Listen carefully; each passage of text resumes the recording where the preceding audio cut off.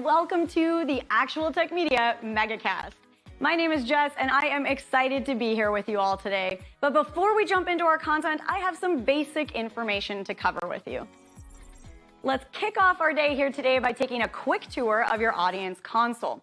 And we're going to start with the questions window. Now, if you haven't already said hi, there is a whole audience of cool humans out there, so reach out and give a wave to the other members of the Actual Tech Media community. Also, keep in mind that if you have any tech issues today, a browser refresh is going to fix just about anything. But if those tech gremlins are clinging on, no problem. Just throw a comment in the question section and our crew will be there to help.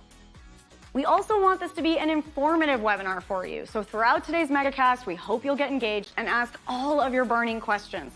Not only will we have team members responding to you over live chat, we will also have a dedicated Q&A session at the end of our presentation. And if we do not get to your question during the webinar, don't worry, because the awesome experts that we have here with us today will be following up with you after we wrap. All right, next up on our tour, there are going to be lots of cool aha moments in the MegaCast today, and if you want to share those with your community, we've made it nice and easy for you. You can use the Twitter button right there in your audience console, and the hashtag for today's MegaCast will automatically get added to your post. And our last stop on this guided tour, be sure to check out the Handouts tab for some resources and takeaways from our speakers here today. We have an info pack collection of solution briefs, white papers, data sheets, free trials, ebooks, upcoming webinars, and more. So many great resources, so be sure to go explore. And if that wasn't enough fun, we also have some exciting prizes we will be giving away throughout the MegaCast today. I'm going to tell you a little bit more about those later on, but a few quick reminders for you all. You do need to be in attendance here live at the webinar in order to qualify to win a prize, and we will follow up with all winners after we wrap the MegaCast today.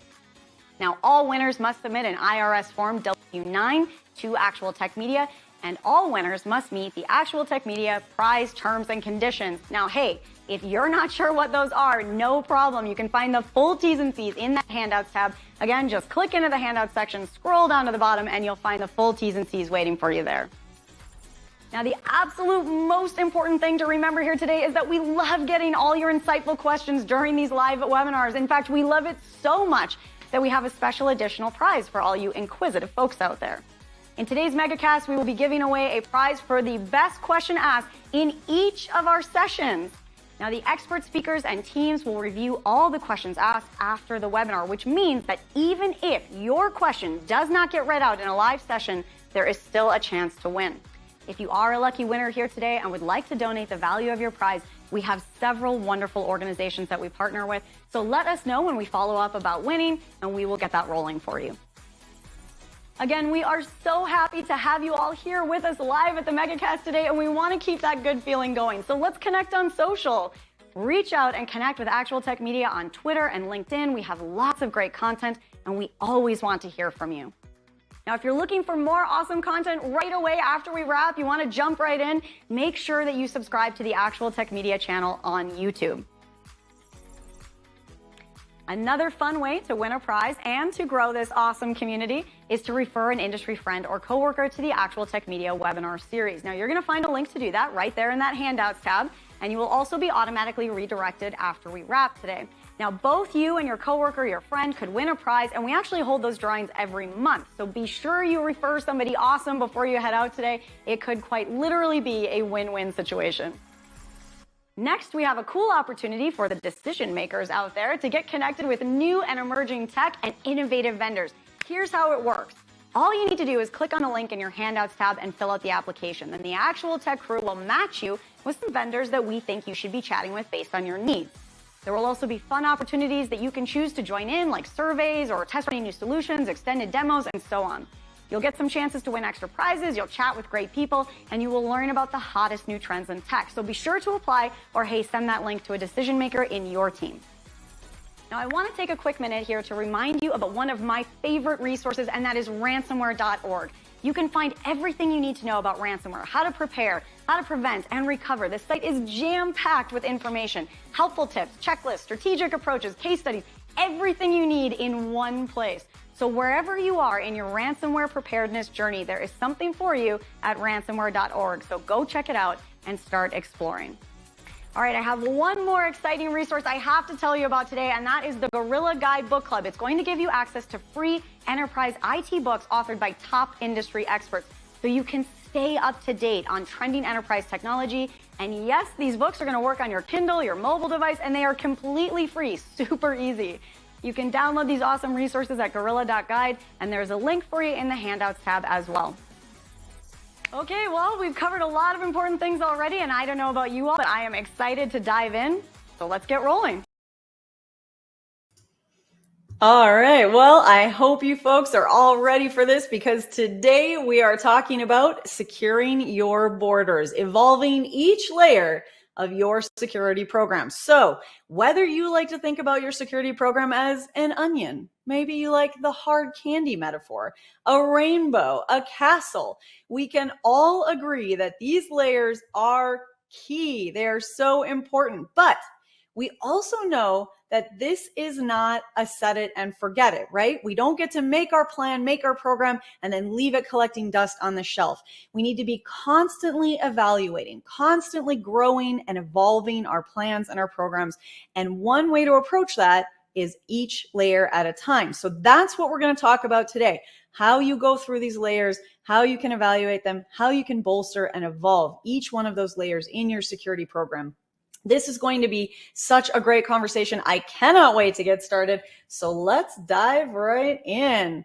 All right, folks. Well, once again, my name is Jess Steinbach. I'm a moderator here at Actual Tech Media. Now, my fellow moderators, Scott Becker, will be here with us on live chat, and Keith Ward is going to be joining us in just a moment to chat with our keynote speaker. But before we get to that, Gilbert says he likes the cabbage metaphor. Less than layers, each leaf is individual and necessary. Gilbert, I love it. All right, cabbage metaphor. That's the new one we're going with today as we unpeel the leaves in our cabbage. Before we get into our cabbage today, we are going to talk about prizes. So today on the MegaCast, you could win one of 3 M2 MacBook Airs. That's a good prize. Plus, we have $300 Amazon gift cards that we will be giving away every 30 minutes to lucky winners who are here live and present at the MegaCast. Now, as I mentioned in our housekeeping chat this morning, you can find the full T's and C's linked in the handouts tab.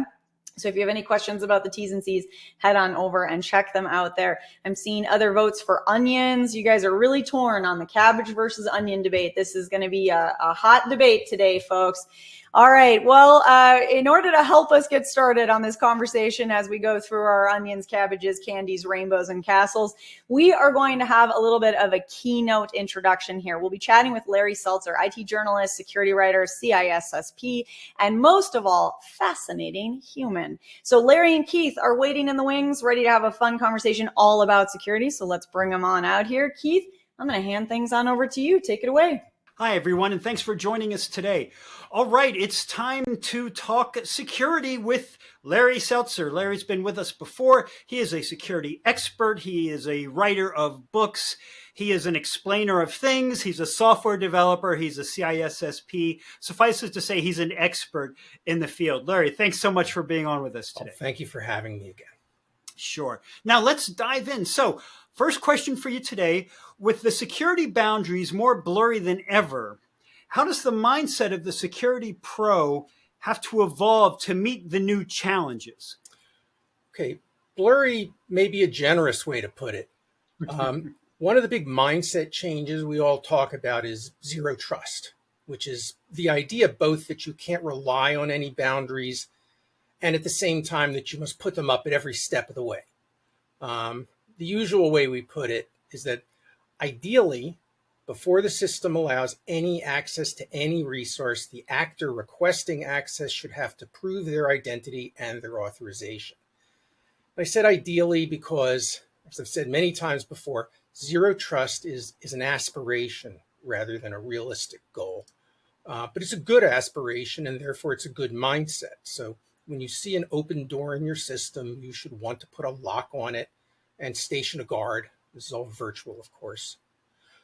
Another mindset worth having, I think, is humility, in the sense that not always assuming that you know what you're looking at and what to do about it.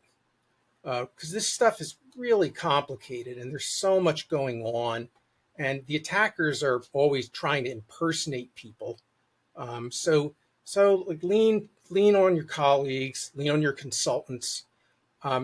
We're entering an era now where we can lean on AI to help all the time, and I'm pretty bullish about that. Maybe openness to AI, which you can think of as a productivity enhancer, is another mindset you should get into. I think this is really going to be big in our future. Use of AI for security. Now, first of all, before you start just like searching ChatGPT, you really need to have it as an officially sanctioned thing in your organization. And you shouldn't inherently trust the advice it gives you any more than you trust your own judgment. But there's a good chance that AI will raise possibilities that didn't occur to you. And it can quickly look at and understand a mess of network logs that would quickly put you to sleep. I guess I should also say that you should always remember, unless you're some sort of security consultant or provider, that the point of your business is not security, and you should do whatever you can to help employees get their jobs done. Don't get in the way.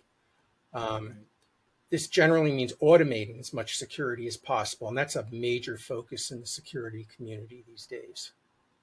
So then related to that, Larry, let's talk for a few minutes about firewalls.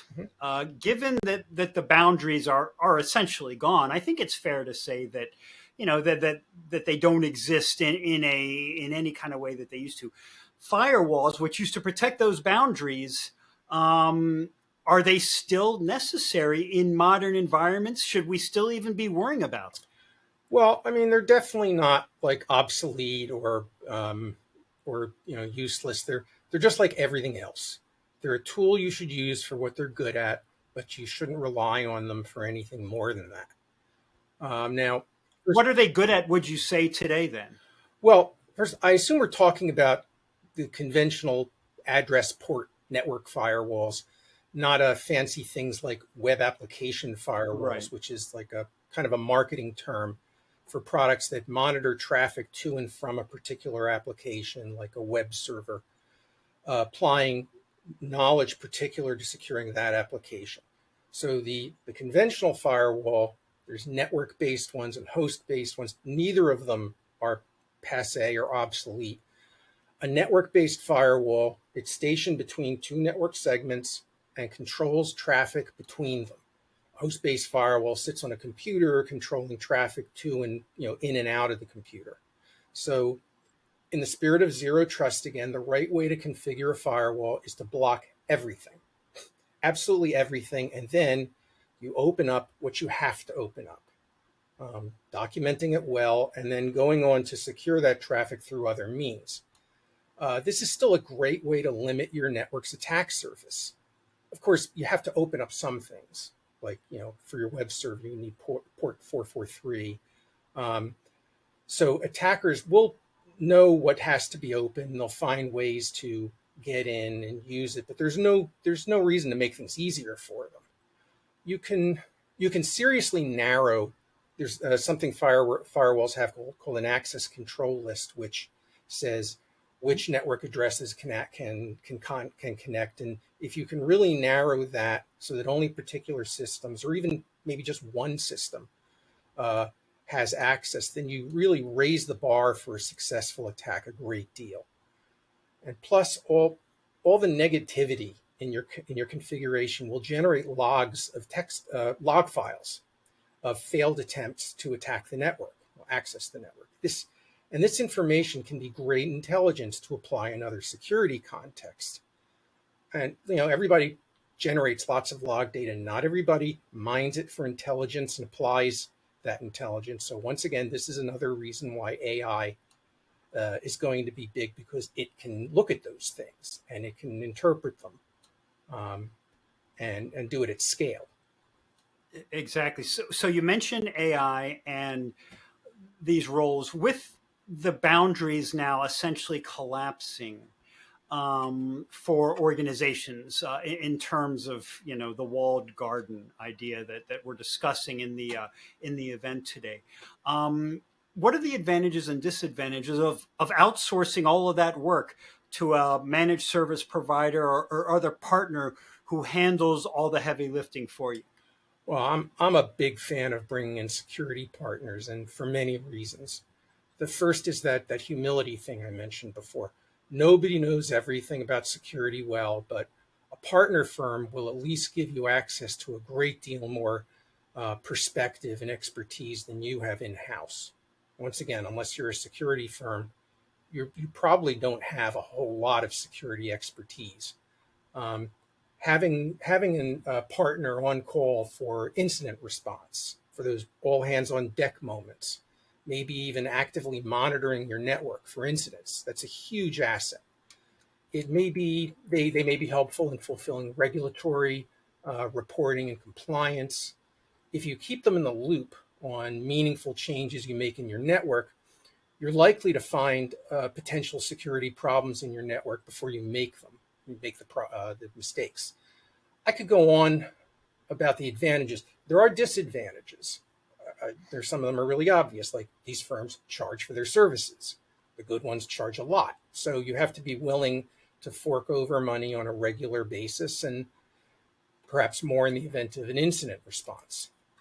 But even with that, you've got to weigh the cost of having that partner against the cost of a successful attack, ransomware or other type of attack, don't you? Yeah, I mean, this is, no one knows. I don't think there's any magic formula for like what is the present value of a potential attack, and it's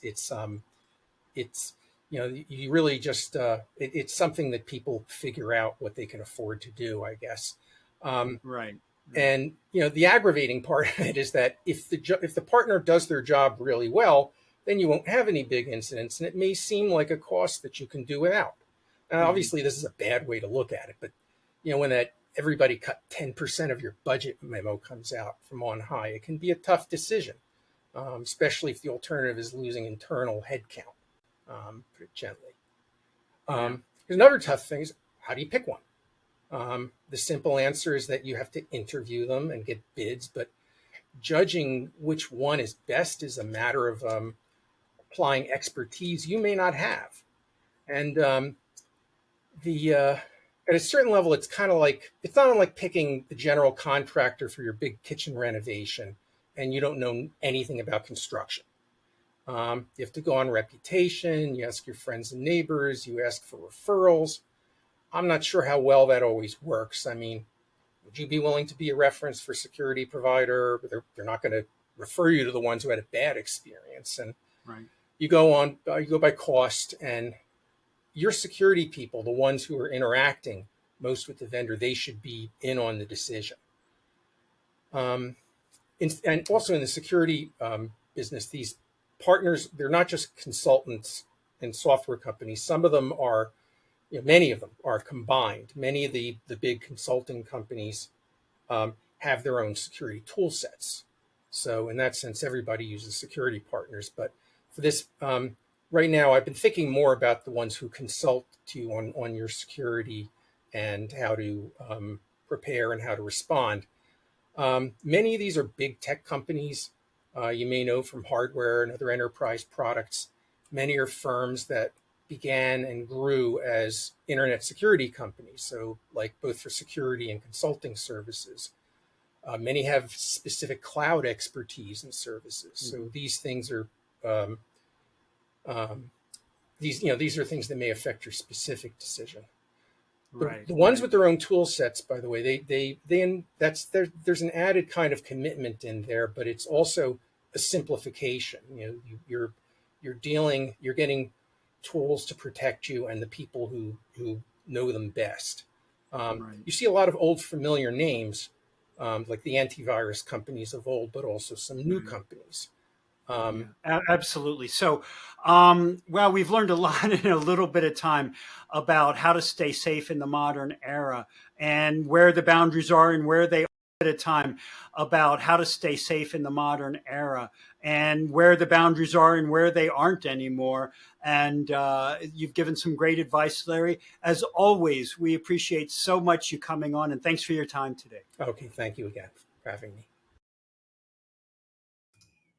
Oh man, just some great points, really cool takeaways. I love the point that zero trust is maybe more hopeful than attainable. And what an interesting way to look at it. What do they say? Perfection is the enemy of action.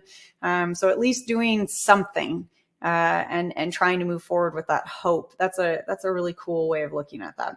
Anyways, thank you to Keith and Larry for kicking off our MegaCast. Lots to think about and a great start to the day. And obviously lots more to come, folks. Now, before we get into our first session, I can see you're already ahead of me here. I have a question up on the screen for you. What I'm wondering is, what is your time frame for adding new or updating existing IT solutions at your company? So obviously we are talking today about security and evolving different layers of your security defenses. So when you're thinking about that, are you thinking that you need to take action right away? Or is this a little bit more hypothetical and you're not really sure? Or do you have maybe a longer term time frame? No wrong answers here. Just trying to make sure that we're hitting you with the answers in the time frames that are going to be important to you. So click on that poll. Let us know where you're at in your time frame. And then I am going to give you about 10 more seconds. 10, 9, 8, 7, 6, 5, 4, 3, 2, 1. And we're going to get started because we have lots to cover, lots to get into today. I am so excited to introduce you all to our very first expert presenter today on the MegaCast. And as you can see from the screen, we are getting started on a great note with the Rubrik crew. So up first, we will be chatting with Joshua Stenhouse, Field CTO, Cyber Resilience.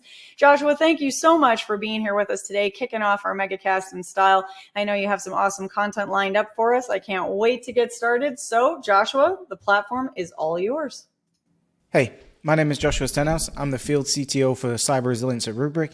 And in this MegaCast, we're going to talk about securing your borders and evolving each layer of your security program. So the key question of why you're even looking at your current security program and your layers of defense should be this core problem that every organization has in the world today when you have data is, can you recover from a cyber attack? And not just recover, but in a timely manner where you're going to minimize the business impact and the disruption. And a good barometer of that is around 24 hours, because anything longer than 24 hours, you can pretty much guarantee that this is now a major outage. It is likely to make the national and maybe even international news, depending on what you do. And so 24 hours, can we recover, is the key question of what you need to be looking at and in being able to answer at every layer of your security program. And everybody has multiple layers of defense. You have multiple layers of securing your borders, securing your servers to try and stop that attacker. And if all of those lines of defense fail, then every single business is going to go to their backup and disaster recovery technologies. And this is a bit of a blind spot for a lot of organizations, because security teams will say, well, we just need to have good tested backups. But the backups themselves, if they're not actually able to withstand the attack in the first place, i.e. not immutable, and furthermore, don't give you any insight in being able to know what to recover and from what point in time. The bad news is that if you're not evaluating backup and disaster recovery as part of your security program, then you're simply going to fail if all lines of defense fail, because you haven't presumed breach. You haven't presumed what happens if my layers of defense fail. And so this is where Rubrik comes in that we replace backup and disaster recovery technologies. We presume all layers of defense fail, and we merge backup and disaster recovery into your security program, because we're also including all of the security tools that you're going to need in order to understand what to recover from what point in time, bounce back, and ultimately change this question to a yes. Can you recover from a cyber attack? Yes, if you have Rubrik, replacing your backup and disaster recovery technologies and building it with security in mind. But this is a session on securing your borders. Why are we not talking about the borders? Well, I have a truth bomb for you here, that it would be incredibly naive for any of us to think that any organization that's being attacked in the world today just didn't have the sufficient number of borders and defenses. Everybody has multiple layers of defense. Everybody has security tools, endpoint protection, firewalls. So you might say, I don't need cyber resilience, I need better defenses. Yet the unfortunate truth bomb is that it doesn't matter what you do, how good your layers of defense are, how good your security program, and how well funded it is, you have to presume that an attacker will still get in, because the 5 most common routes are: number 1, zero-day vulnerabilities. Number 2, VPNs, even with MFA. All I have to do as an attacker is compromise your endpoint, your client, your employee laptop. They authenticate via MFA, bang, I'm on your network. VDI, frankly, any VDI service, doesn't matter on the vendor. Unpatched systems. And then finally, probably the biggest of them all, human error. That attacker only has to be right once. Somebody clicked the wrong thing on that network, bang, the attacker's on. So even if you've got just one of these, humans, you have to presume an attacker will get in. But zero day is increasingly a common route in, even via a firewall. Zero day on a firewall, sit on the edge, work my way in. VPNs, VDI, unpatched systems. So you're going to have at least one of these, if not many, or if not all of them. And so if you do, then part of your security program has to then plan for, well, what if the attacker gets on that network? You have to assume breach. So this is where backups come in. So the first thing to say that if you have backups today, you 100% have to make sure they're immutable. If you don't have immutable backups, then I guarantee you're going to go to your backup team and they're going to have nothing to recover.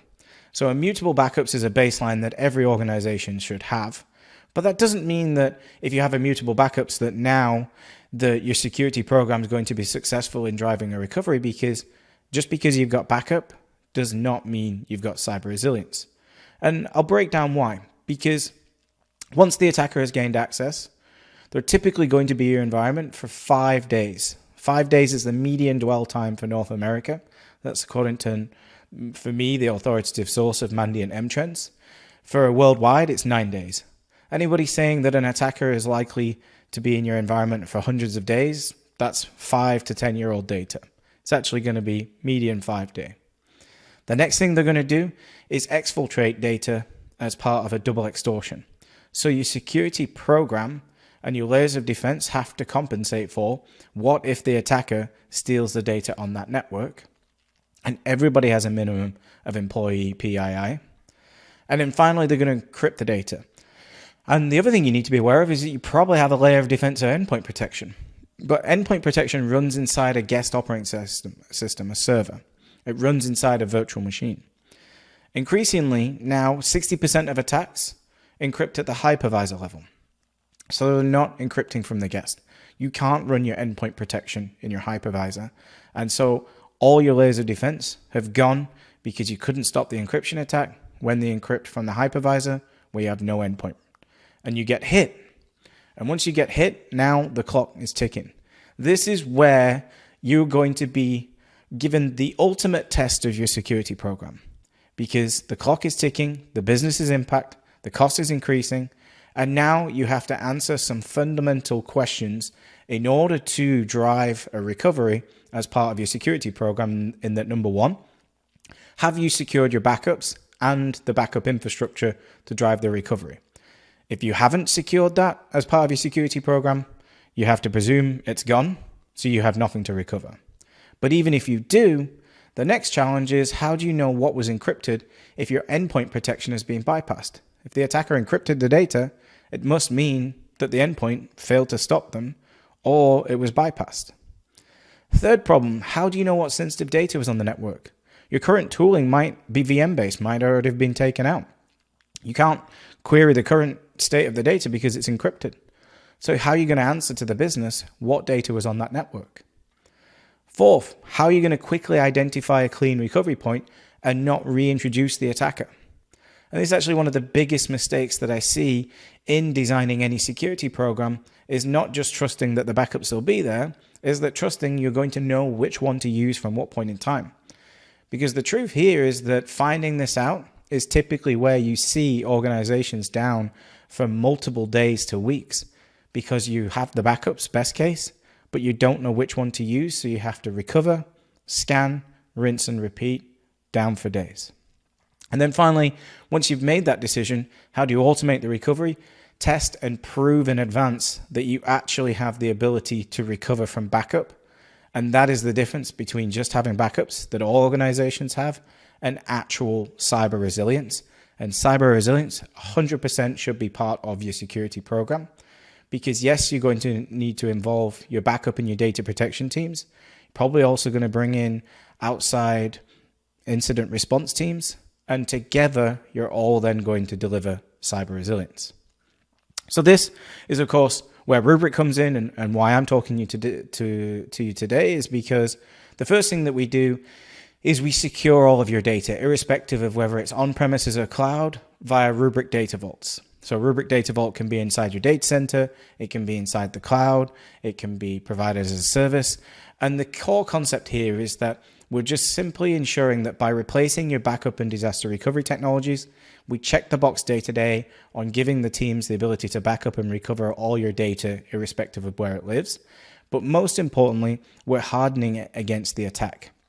So we're making sure it's 100% immutable, physically isolated, but then we're building in all of the scanners and the intelligence that you're going to need inside of that backup as part of your security program to drive a speedy recovery. So the next thing that we layer in is built-in encryption detection. And what we're saying here is that, hey, if you have endpoint protection and that stops the attacker, great. But presuming that it fails, or if they likely encrypt at the hypervisor, then we're going to tell you exactly what was encrypted where on which systems. So we have a dual machine learning model that first of all looks for anomalous amounts of change. If it sees any anomalous amount of change, it then does a second level scan on the first copy of the backup data, and within 15 minutes, it's going to alert and say, hey, everything else has failed, or it's corroborating your already underway investigation of these are the exact systems that were encrypted, and these are the encrypted files within it. And you have to make sure you're plugging this into your SIEM tooling. Recommended method is webhook. We have pre-built integrations into Cortex XSOR, Splunk, ServiceNow, Azure Sentinel. Webhook's your catch-all for everything else.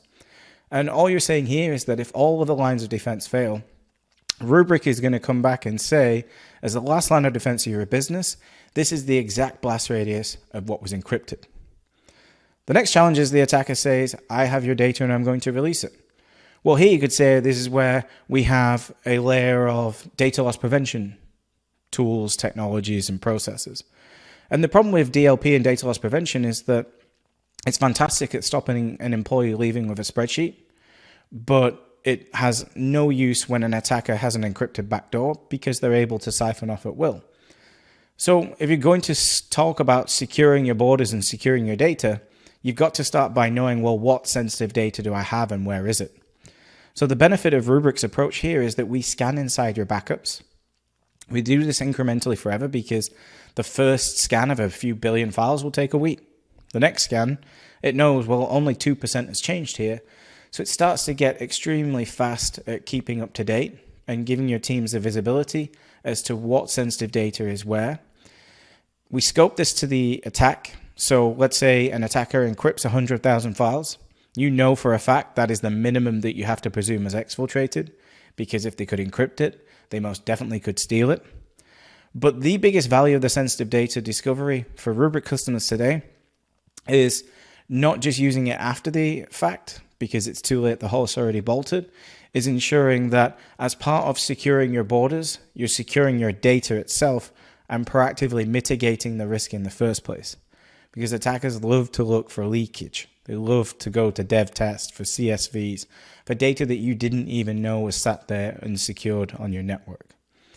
So as a part of securing your borders, you've got to secure your data. But you also need to ensure that you can quickly decide what is a clean recovery point. Because your borders have failed, your systems are down, and think about this, you have like this fog of war, where you know your borders have failed, but now you don't know where the border failed and where the attacker now has established persistence in your environment.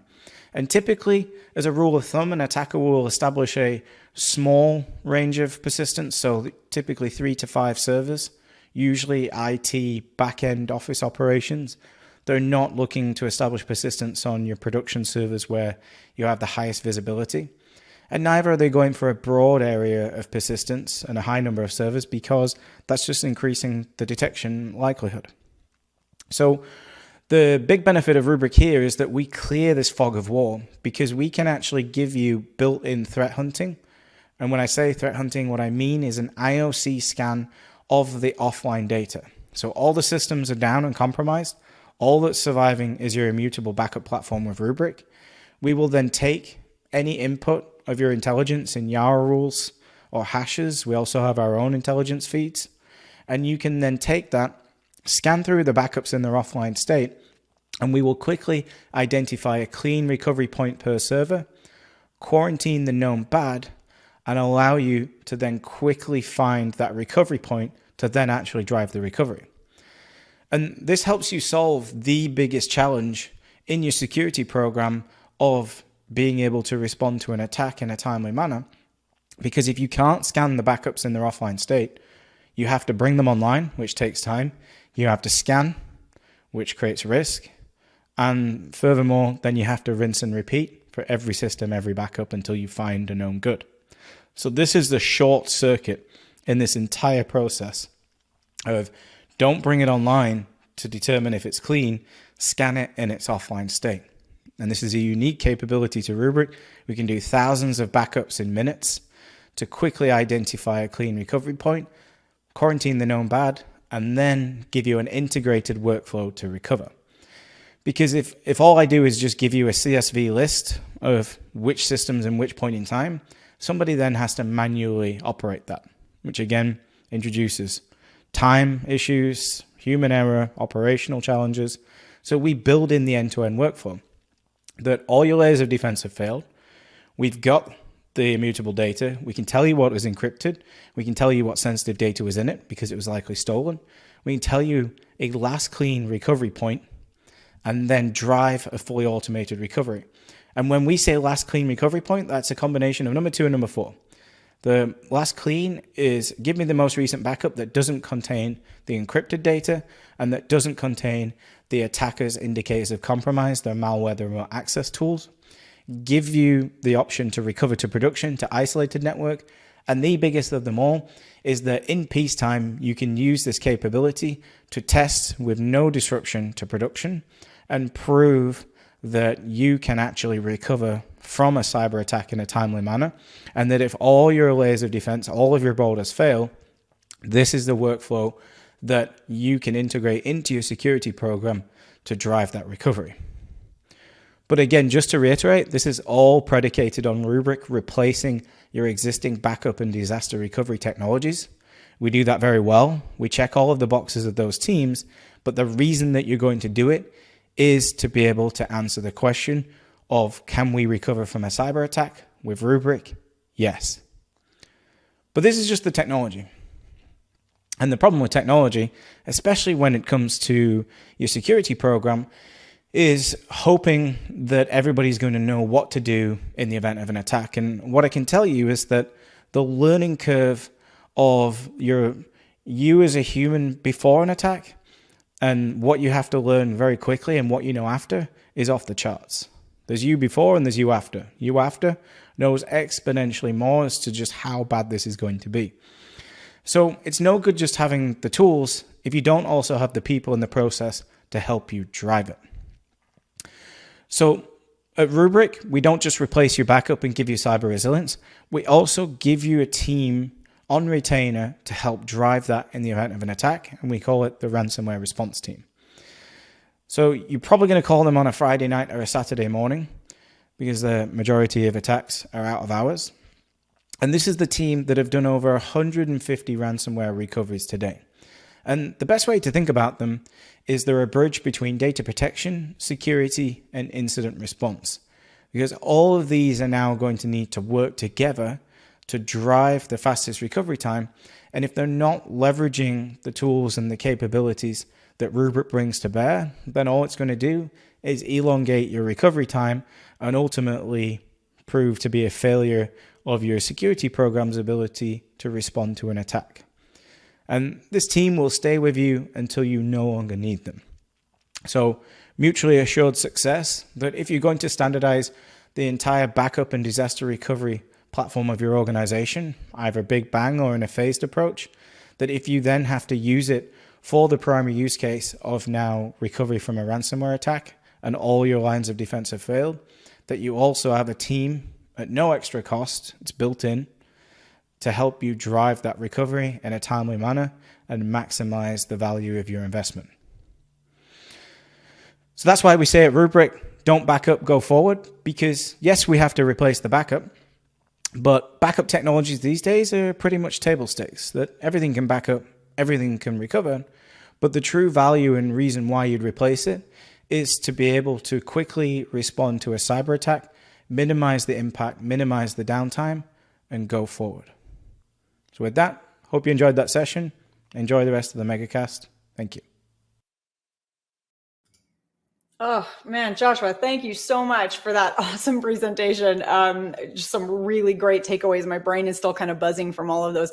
Wouldn't it be nice if we could be the person that's on the other side of the attack now? You know, what Joshua was just saying to us, everything we know after the attack is so important and so vital. And if we could have all that information in our heads now, I feel like this is a constant conundrum of getting older too, right? Just going through life and collecting experience and then looking back and going, ooh, I could have done that differently. Anyways, that's maybe a little more philosophical and a conversation for another day. For now, take a look at your screen. There is a poll up on the screen, and what we're wondering is, what is the additional information you would like to get about the Rubrik solution? And I'm seeing some high fives. I see Kimberly and Vinay both saying that they like the sound of Rubrik. They're interested. I agree. That was a great presentation. Joshua gave us a lot to think about. Aaron also giving some high fives to Joshua.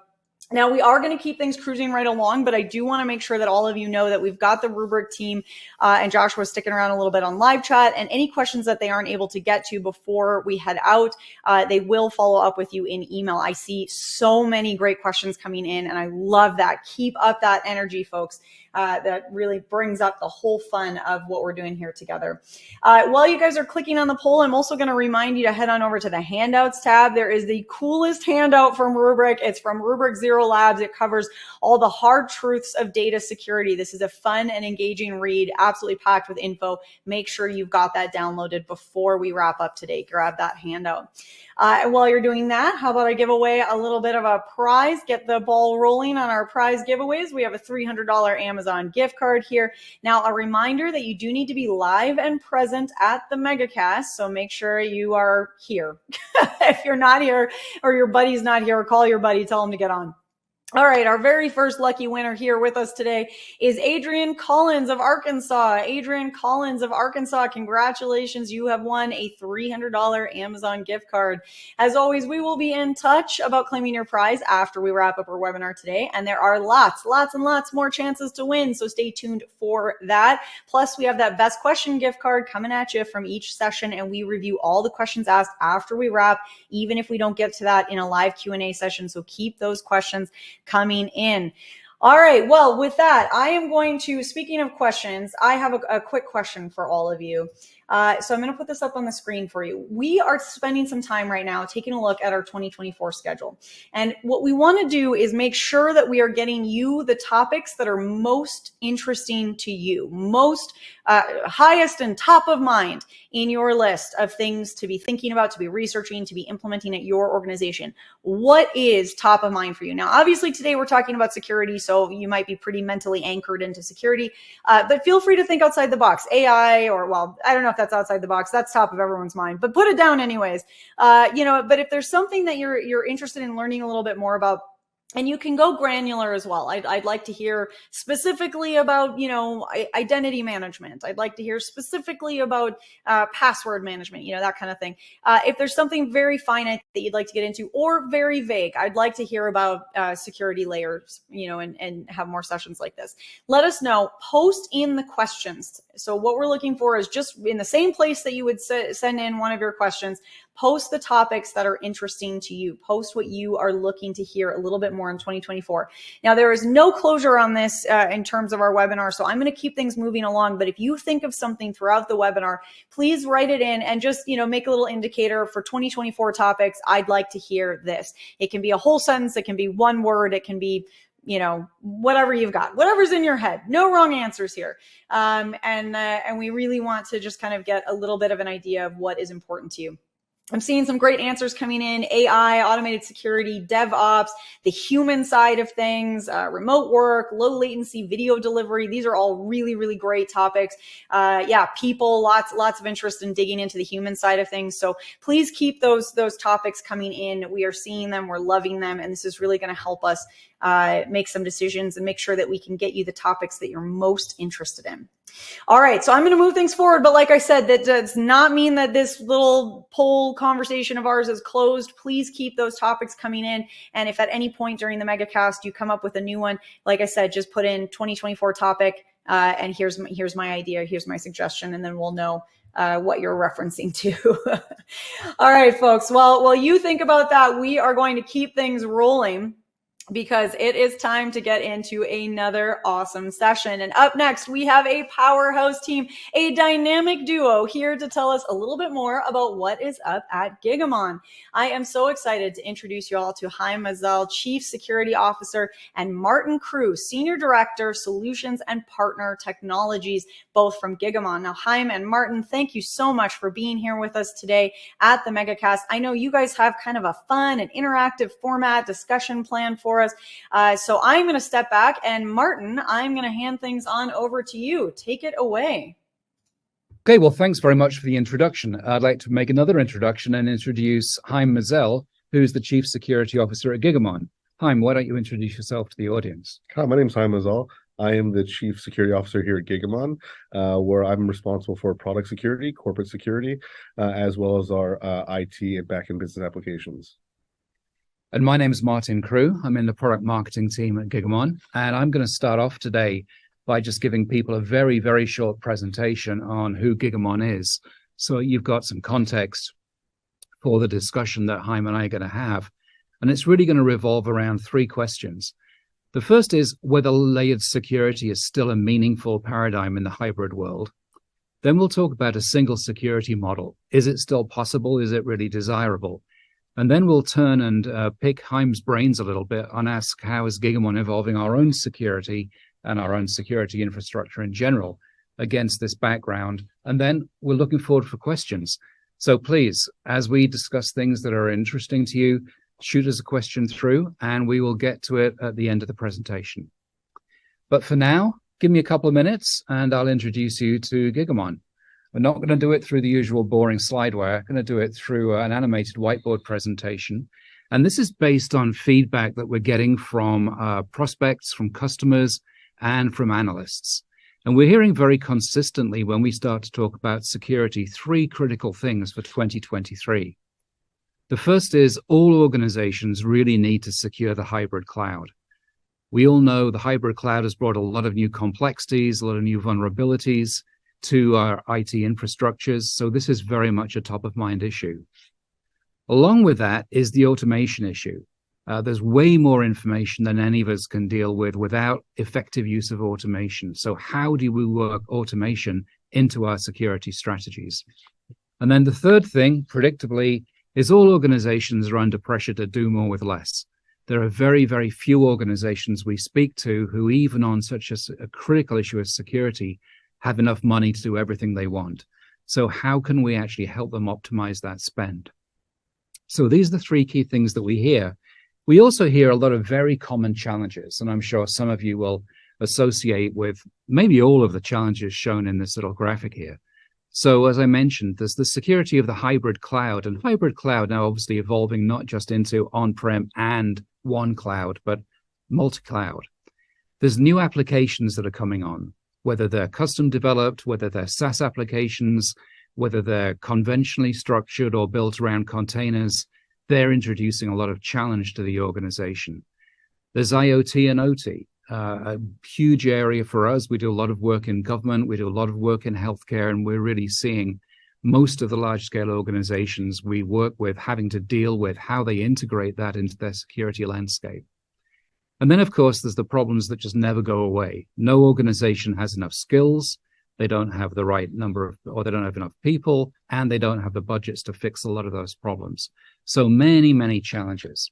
And the impacts of those we can really characterize in three ways. First of all, security is under more and more pressure, and the ability for organizations to get their arms around this is under a lot of pressure and threat. Secondly, costs are always going up. How can organizations be secure and manage cost? And then finally, how can organizations stay with a lot of the business transformation programs that they've committed to? So with Gigamon, we're looking to help organizations in all three of these impact areas and increase security while helping to contain costs and get the transformation processes back on track. So how do we do that?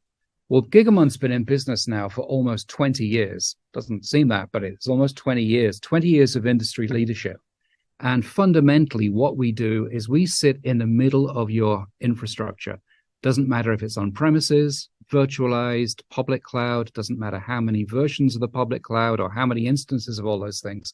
We sit in the middle of it. We tap into all of that traffic, we aggregate it, and then we distribute it to all of the tools that you're using.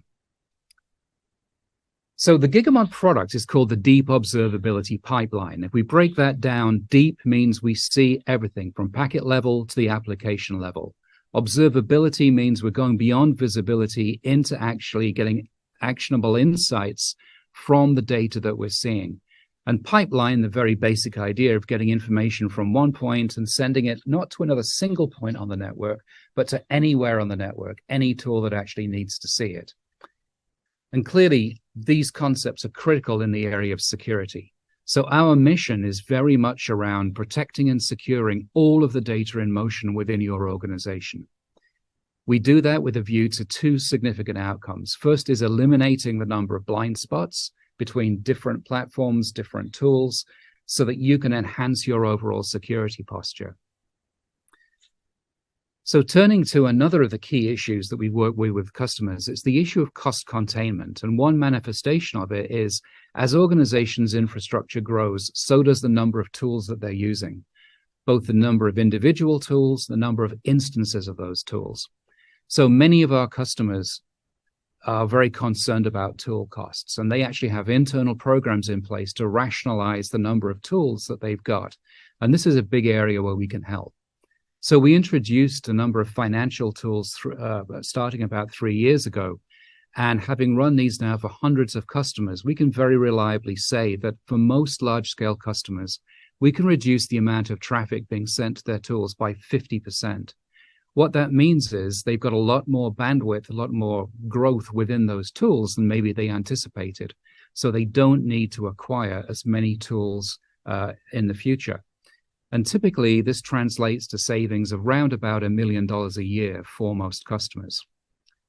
So these two things really come together with the core of the Gigamon value proposition so that we can offer customers a single source of visibility into everything that's happening across the hybrid network. We can help reduce that complexity. We have a number of ways where we can actually help automate this, helping organizations run fast, stay secure, and get the transformation processes that have been underway for many years, keep those on track and maybe accelerate them. So at a high level, that's what we do. I'm going to get very pragmatic now and just talk about 6 things that we do, our most common use cases. So let's talk about the 6 things that Gigamon customers most typically use us for. So firstly, there's the ability to acquire, to aggregate, and to optimize traffic. This is the building block for anything that's meaningful on the network. One of the critical things we're seeing this being applied to these days is east-west visibility. Most organizations have built their perimeter-based security fairly effectively. There are still vulnerabilities there, sure, but it's primarily now what's happening once traffic is on the network that's becoming the battleground with attackers. So that's one critical area that we focus on very heavily, and we'll discuss in a minute. And an aspect of that is how do you handle encrypted traffic? So with 80-90% now of traffic on corporate networks being encrypted, you have to decrypt somewhere. Do you want to decrypt the firewall or every individual tool, or do you want to be more efficient about it, decrypt centrally, decrypt once, and then share that to all of the tools that need to see it? So these are 3 of the most common use cases. The other ones that we see increasingly are getting application level visibility. Obviously, we as Gigamon were known historically for being a network packet broker leader and providing packet level security. But the game's changed. Packet level security in itself is not enough. You need visibility to everything from the packet level to the application level. And with the Gigamon Application Intelligence Suite, we can deliver that so that you can not only secure, but you can troubleshoot the whole stack much more effectively. We can then help organizations automatically detect anomalous traffic and rogue applications. So again, back to the issue of automation, we've got a lot of capability in the software to help organizations pinpoint anomalous behavior of all kinds more effectively. And finally, zero trust. No security discussions obviously complete without talking about zero trust. We play in two key ways in zero trust. One is making sure that we've got visibility into all the data that's moving across the network and to all the tools that make up your zero trust stack. But we also provide a metadata level, so an abstracted level of information that makes sure that the information you're looking at in logs is actually accurate. So that's as much as I was going to say by way of introduction. Let's turn to the first of our questions here, Chaim. So the way that this webinar has been constructed is around the idea of a layered security model, concentric security in depth. Basic question, is that paradigm relevant in the hybrid world? Absolutely. I think it's more relevant now than it's ever been. I think as organizations continue to grow, complexity evolves, whether that's across your on-premise environments, your hybrid cloud, or your workstations and corporate network. And so obviously, you have to start at the edge. And I think we've been having a lot of conversations recently around zero trust as a whole. And I think it's a blended approach, right? So it's perimeter, it's asset, and it's also identity and access, right? So looking at all of those things in a layered approach with a multitude of security tooling is the only way to win the war. And obviously, as attackers become more sophisticated and things become more ever-growingly complex, it's important for us to have more pieces of information to help draw, the certainty for our organization that we look to secure. Yeah. And this is one of the critical things that Gigamon does. I mean, we're not just about looking at individual packets. We're looking at all the packets. We're looking at the behavior we can derive from those packets, what we call the network intelligence. And that's really providing the context that allows organizations to more precisely identify these issues. Is that correct? Yeah, absolutely. So this layered approach means having complete visibility across a multitude of your tooling and your assets, and having a steel thread which goes ahead and draws comprehensive conclusions. And I think one of the big things that Gigamon provides is this immutable data, which continuously allows security teams to validate against their logs or other melt information to be able to understand whether, in fact, that the data they have at their tools, at the tool level, is in fact the actual real data that's taking place in their environmental level. So being able to have that unified across all your environments and across your entire, infrastructure, whatever that stack may be, from your edge, to your hybrid cloud, to, your virtualization, and to your on-premise environments, I think is the key to being successful. So, it's very clear that data is the key. The data is the key indicator of a successful security program. The more data you have, and the more actionable the items are around that data, the more successful your program will be, because everyone knows that blind spots is inevitably what leads to compromise. Right. And increasingly, those blind spots are within the network. It's not a matter of moving on and off the network. It's within the network itself. Absolutely. So if we think about it from the zero trust model, right, everything exists within the context of the network. Whether you're trying to secure the perimeter of the network, or you have assets that exist internally in that network, or you have identity and access management that's taking place within those assets on the network. The network is that telemetry and that data that provides you constant validation of what's taking place across end-to-end your environments, whether that's ingress, whether that's egress, and having a complete end-to-end view. So I think by focusing on that and using it as the center of truth, allows organizations to have a higher level of confidence in the fidelity of their tooling and information. Yeah, absolutely. Okay. So to that end, we all know that most of the organizations out there have probably got dozens of tools, probably dozens of instances of most of those tools. Do you think it's realistic to think that there can be a single security model that covers an entire enterprise, or are we looking at some other model to be most effective?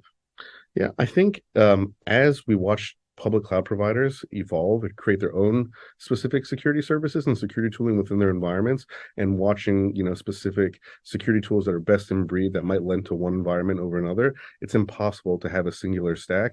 You have to go ahead and continuously evolve and have the right tool in the right place to provide the right outcomes for you and your organization.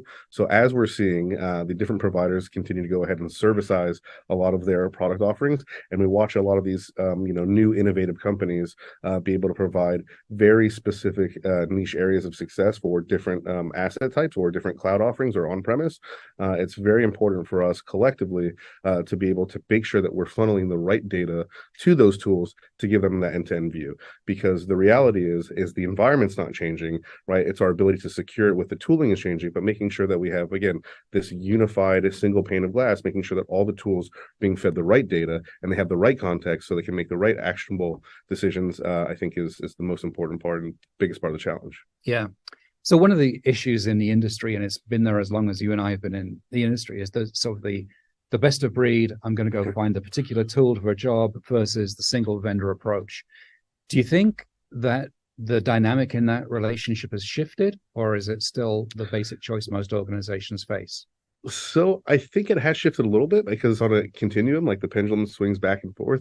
So, we go best in breed for a while, and then we have companies that experience high levels of success, and through mergers and acquisitions, they acquire other companies. And so then we go all in one. But I think we, as security leaders and as people in the security industry who are trying to constantly solve complex problems, it always goes back to best in breed, because it's too complicated of a task at hand to be able to solve with a singular solution. And even the best all-in-one platforms have to be augmented with additional pieces of software to be successful.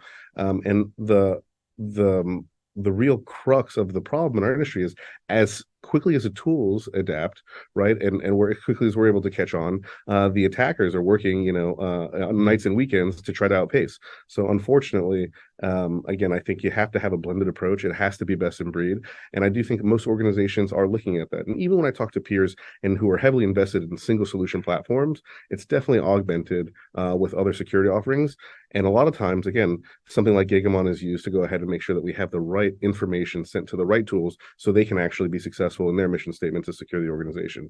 If you can't go ahead and validate the data, and you don't have insight into the data, it's very hard to provide any anomalous activity detection, any blind spots where it doesn't exist. Yeah, and I strongly agree. I mean, if we look at the history of our industry, innovation tends to come from smaller, faster, nimble organizations, not from the behemoths. Absolutely. So if you try and tie yourself to a particular vendor, you're going to have issues because, as you say, the attackers always have the advantage. As defenders, the most likely sources for innovation are these small niche companies. So we always need to be able to incorporate them into our overall architectures. Absolutely, 100%. And that's something that we do internally here at Gigamon as well. We have a blended approach with the providers that we use. And, we use some very big name, name brand companies. And then we also are investing very heavily on up and coming companies and startups, come from all around the globe who have very specific areas of interest where we think they excel at. And we're hoping to grow with these companies as they provide these values to us and our customers. Yeah, well, that's the perfect segue. So I was going to ask, how is our own approach evolving against this background? Because we have a number of interesting challenges. I mean, we're a mid-sized company, 1,000 people, haven't had the most structured IT maybe in the past. Now we need to grow up because by virtue of what we do in terms of providing these type of solutions to high-profile customers around the world, we ourselves are under constant attack from many outside organizations. So you've been in the job almost a year now, right? Yeah. So what have you seen and what are you trying to do to evolve us to be ready for this next iteration? Absolutely. So I think Gigamon was had a lot of advantages being an engineering-led company, and there's a lot of foresight taken into building security products and network level products for the world. So there was a lot of things taken into account. But I think just like with most organizations and business life cycles, there's a process of transformation. So something that works in your business life cycle, 3 or 4 years ago or 5 years ago, might not be where the industry is at today. So I think a lot of the things that we've done here since I've come on is looking at taking our stack, really doubling down and investing and making sure we have full lines of coverage, we have complete total asset coverage, and also by diversifying and bringing in new cloud providers, new SaaS providers to help us solve some of these problems, and making sure that we can go ahead and tie everything into a comprehensive picture. One of the things that you and I have talked about previously is this new idea of having a security data lake. So being able to have your complete data level intelligence from the entirety of your organization, and then have security being something that's a facet that's bolted on top of that. So you have end-to-end data structures to be able to work with and be able to massage to normalize. So there's been a huge investment into that, and we've taken a lot of our things that we had traditionally here that were either on-premise or that were for R&D research and lab purposes. And we really doubled down in making sure that we could have end-to-end visibility across, because as we continue to grow and scale, just like our customers do, right, sometimes there's a loss of line of sight, and that's something that obviously Gigamon can't afford to do. So we've been making sure that we're 100% up to date, complete and total coverage of our environments. And not only that, we've re-emphasized our secure software development lifecycle and making sure that as we go ahead and develop our product, that we're applying the utmost scrutiny, and we have end-to-end visibility from the time there's an architecture review until the time we have a finished product, and we make sure that, again, everything is in line with the expectations of our customers from number one, a functionality standpoint, and two, from a security and a threat and vulnerability standpoint. Right. Okay. Excellent. Well, let's look at some questions that have come in from the audience. We've got a good number come in. Okay, so a question from Henry Tam. So they're a Gigamon customer. So Henry, thank you very much for that. Appreciate you being on board. Use it, but purely for on-premises. And Henry's question is the concept of packet-based security in the cloud relevant? Oh, absolutely. I think I would say just as relevant to your on-premise deployments, because what's good for the goose is good for the gander, and having that same level of intelligence across the board is the only way for an organization to have complete and total confidence around their environments. Again, we're seeing things depending on the cloud provider, depending on how you're deploying servers or containerized environments, right? Being able to make sure that you have a line of sight within the security tooling you're using or within the environments you're creating is just as important. Obviously, we know that logging is something that can be done very easily in cloud-based environments. But again, just as it can be done easily, it can also be tampered with just as easily. So having that immutable data structure where you can go ahead and validate all your egress and all your ingress, and making sure that you have that east-west traffic visibility is key. And particularly between clouds, because although the individual cloud vendors have a lot of very good tools, and there's a lot of good independent third-party tools, getting them all to work together is always the problem. The devil's in the detail. Absolutely. And also the cost implications of it are astronomical. In multiple organizations I've worked with and using multiple cloud providers, having to take one large set of data and send it to an alternative cloud provider to be able to go ahead and massage that data and use it in a SIEM, right, was, something that was cost prohibitive eventually, when we had to come up with alternative solutions to be able to figure out, how we could reduce the amount of egress and how we could go ahead and make it more cost effective for the business. And that was not in the best interest of security for the organization, unfortunately. Yeah, not in the best interests. And as you say, so costly. I mean, it's one of the most common things that we hear, that, people are getting nickeled and dimed by all these data movement charges. And we're often asked for how can we help with that. Absolutely. So another thing that I want to sort of touch on here, we didn't touch maybe in the main presentation, is Internet of Things, and particularly Internet of Medical Things. Yeah. So Joe Riley's saying they've got over 100,000 different devices on their healthcare campus.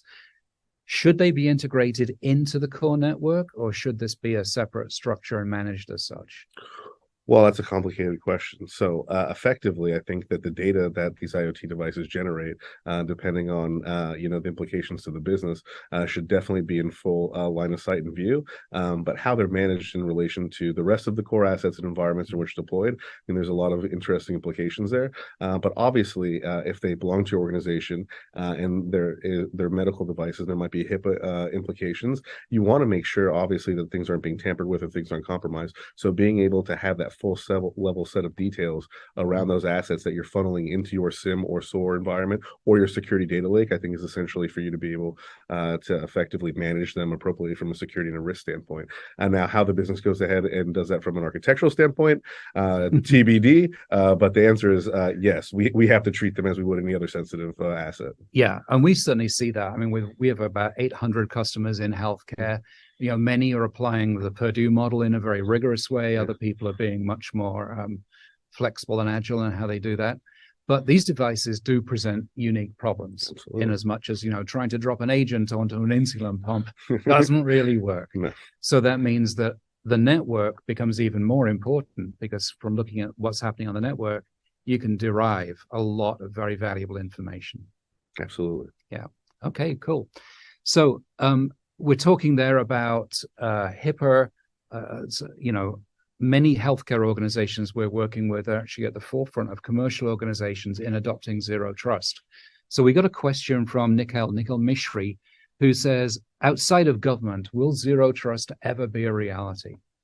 Absolutely. I think zero trust is already becoming a reality. I think we've seen a big transformation in the last couple of years where it was just thrown around as a buzzword and a tagline, and we've seen actual consolidation of what that means from a government perspective. And I think we're watching a lot of organizations from the commercial perspective look to adopt those same behaviors and habits, because everyone knows that there will be continued regulations as we move forward. And also, I think it's just best practice, right? Having defense in depth and having a layered approach of how you handle your organization and your key data for your organization is something that we all have to do to be successful within our roles. Yeah, I think you're right. So, really, zero trust is nothing new in many respects. It's an aggregation of best practices, tools, technologies, controls that we've always known about. New look, same great taste. Right?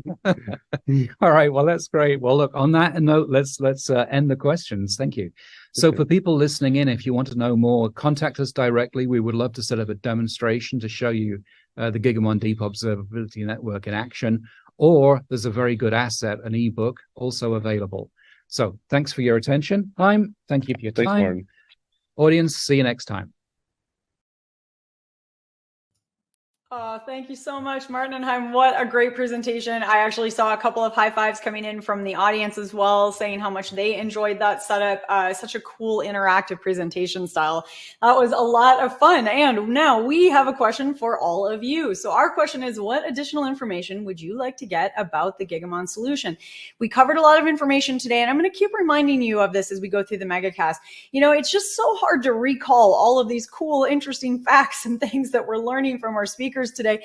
And so the handouts are a great way to kind of bring your memory back, to just get that little bit of recall back, so that you can kind of stay in the moment when you're listening to the presentations, and then you can come back through and kind of relive a little bit as you go through these presentations. And of course, the on-demand videos, which are available after the fact. So I'll remind you to head over to the handouts tab. Be sure that you've got that Gigamon handout. It's a great follow-up to the conversation we just sat in on between Chaim and Martin, and kind of exploring how important it is to get that deep observability that Gigamon offers, and the risks of not having that. So make sure you've got that handout. Click on that now. While you're doing your poll, your handout clicks, I am going to give away another prize.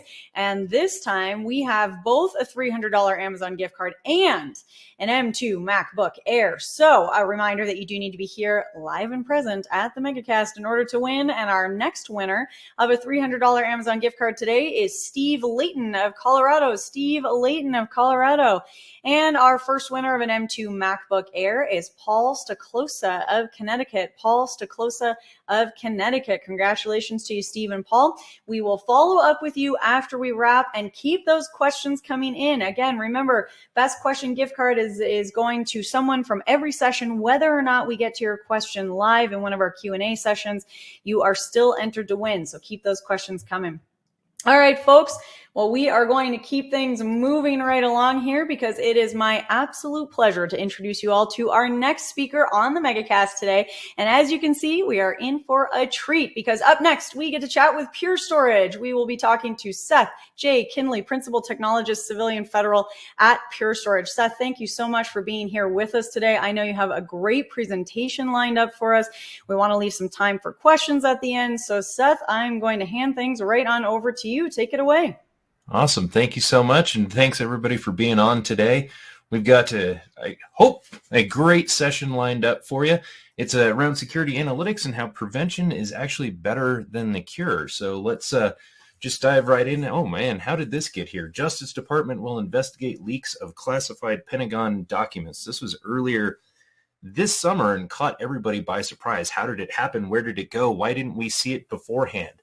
Well, that's what we're going to talk about, is how 1, there's an evolving threat landscape. 2, prevention matters. 3, security analytics and cyber resilience, what digital forensics and incident response looks like, and how ultimately your SIEM, data that goes into your SIEM and having fast storage is sort of the hidden lever for making it more efficient. And then finally, make or break, right? Your SIEM and your DFIR instances, data storage, the hidden lever, how to make it better and how to make it efficient as well as effective.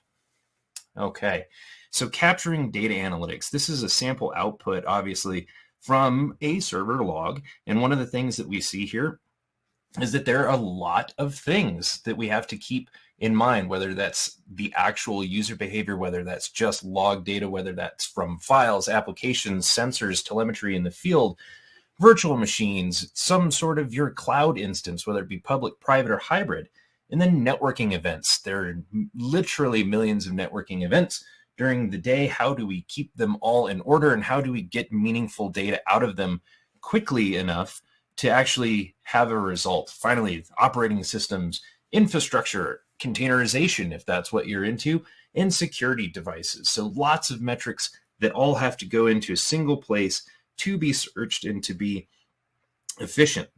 So let's go ahead and, hang on just one second. There we are. Move forward.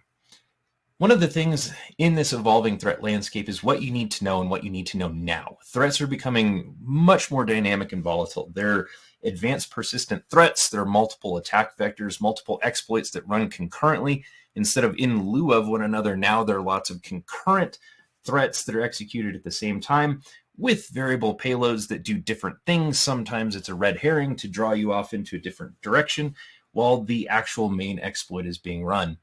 We've also noticed a number of protracted dwell times before the exploit. Typically, 0 day is not 0 day. Usually you will have seen, once you do the forensics and incidents response, that the first hint of trouble was as much as 200 to 300 days before the exploit takes place, which is fairly wild to think about. Malicious actors are becoming increasingly coordinated in their use of tools, technologies, and exploits. I talked about advanced persistent threats a little bit ago, and that's what that means, is that bad actors are acting in concert with one another to find ways to further exploit and run nefarious things. Exploits are being monetized. This is a new big business to the tune of $1 billion annually. That was from calendar year 22. We don't have calendar year 23 quite yet, but it's going to go up. You can bet dollars to donuts that will likely double, if not more. And now what's interesting is individuals can be held personally culpable for breaches, leaks, and unauthorized access, much like HIPAA violations. If you were found to have been deficient in your duty to report or to prevent, you can actually now be held personally culpable and sued. And we live in a very litigious society, so I wouldn't want to be culpable for things like that. All right, let's go ahead and build this out. This is a maturing industry, and it competes with all of us. It competes with all of us every day, every second, all of the time. Part of what we need to do is look into the ecosystem. So previous on this MegaCast, we're talking about zero trust and how real it's becoming. The government has absolutely mandated it. You can see it down there as M2209, which is the federal zero trust architecture. And it's not just the federal government. So to add on to our other speakers, the government will likely be first, but this is going to apply to people and entities and businesses that either get federal dollars, transmit federal dollars, or have federal contracts. So anybody that does anything with the federal government is going to have to adhere to this too eventually, but it won't be quite as early as some of the others. So security and analytics are now the focal point in boardrooms across the globe. The U.S. government has begun to mandate BCPs, or best current practices, and EOs, executive orders or memorandums, and is standardizing on defense in depth as well as zero trust. So you can see across the board here, we've got zero trust, we have state ramp, we have memorandum 2302, which is migrating to post-quantum cryptography encryption. Boy, is that not only a mouthful, but it's something that is entirely terrifying. Once quantum computing becomes real and semi-ubiquitous, it's potential that all of the encryption algorithms to date in the world would be breached immediately. or relatively immediately, real time. And that's terrifying to think about. So the government is starting to look at means to mitigate that, even though it's years out. All right. Keeping threats at bay, certification and accreditation, easy buttons. You're not in this alone. Security and analytics are now the focal point. We just talked about that.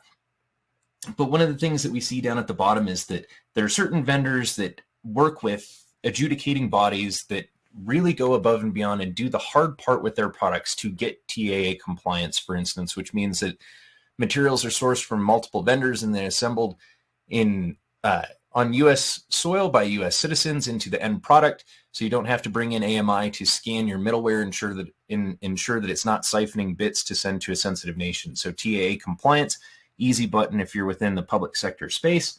NIAP Common Criteria Certification, that's security audits, user data protection, security management, protection of TSF data, TOE access, as well as user identification and authorization. Having those common criteria to base off of is a great way of showing that your device can be, set up to be common criteria certified, to be common criteria compliant. Then moving to the right, NIST, identify, protect, detect, respond, and recover. Those are the pillars of sort of NIST ideology about keeping data solvent, safe, and not at risk. And then finally, all of this is FIPS 140-2 validated for data at rest encryption, which is very important. Cannot be modified even by the administrator, so we know that encryption is never toggled. Therefore, data theoretically has never been manipulated. Okay. So this is an actual timeline of what we've been talking about and why it's so critical to have logging and analytics with powerful storage behind it that you can get real-time insights out of. So what we see is when you should have found it would be the point of infiltration, which we're going to call 0 day or day 0. That's when access was gained.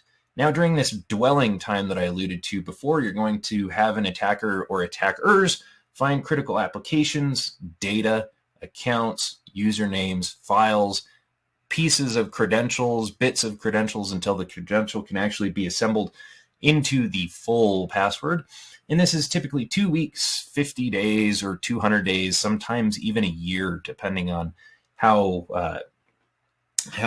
quickly they're able to gather data. Shortly before data is encrypted, oftentimes we're seeing, this is unfortunately terrifying, it's optional but real, but break backups and or erase snapshots right before data is encrypted. And then when you actually find out ransomware or nefarious act has taken place is when you are encrypted or when the exploit is executed. The day that the data is encrypted, you may be asked for ransom. The next day, taken everything off, you've air-gapped the environment, you're going to patch the system, run rootkits, try and remove everything, and begin the recovery. And that recovery, unfortunately, people come to the realization that it will take weeks or months. Maybe you're having to pull from Iron Mountain to get tapes back and hope that the tapes are still solvent and haven't had any silent failures. It's a very terrifying sort of resume generating event. And what we want to see is the recovery point objective within safe mode is that ultimately once you've cleaned the network, you can recover from an immutable snapshot, safe mode snapshot, nearly real time. You still have to clean everything beforehand, but you can get the entirety of a data system back as quickly as you can recover from a snapshot. Now, let's get into the roles of security analytics. Persistent needs for security operations. Real-time threat detection. So digital forensics and incident response is a new thing, relatively new thing that is very real. We have to be able to detect anomalous behavior and then have a response to it. Those responses sometimes are automated and orchestrated based on the trigger, which is security AI ops, right? Artificial intelligence. We train against a set of normal data versus anomalous data, and then we react accordingly. Well, how do you do that? You have to have an incredibly fast storage infrastructure that's resilient and scalable and can deliver at the speed of real time. So we want to see incident response. We want to get automation out of that.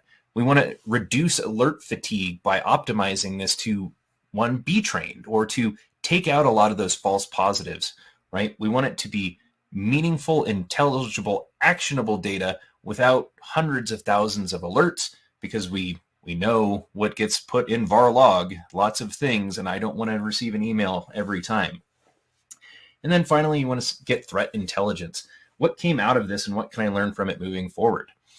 With that threat intel, then you get threat analysis, where you can see if it's an advanced threat, like an advanced persistent threat. You can run anomaly detection against applications, against users, against any combination between.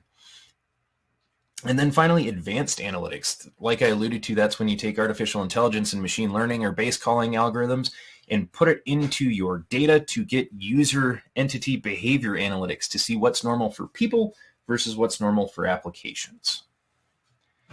Digital threats that are addressed by your SIEM. Log analytics need real-time and historical data to be comprehensive. We need to be able to go back in time, seek through that data to hunt for new threats.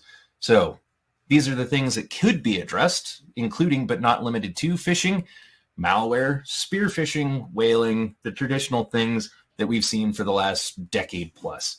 And then advanced persistent threats, where nation states or entire groups, hacking groups, work together to basically create large coordinated attacks.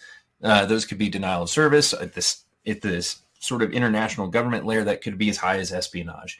And then the biggest one that we've all seen and heard all the time is ransomware, right? That has become prolific. The other thing is either insider threats through negligence or through malfeasance. It unfortunately is a possibility that somebody with the keys to the kingdom can do something nefarious. Data requirements. What do you need out of this to make it be efficient? You need real-time processing with consistent search and query performance. It needs to be fast, and it needs to be routinely fast, boring in how fast it is. You know that you can just expect on it.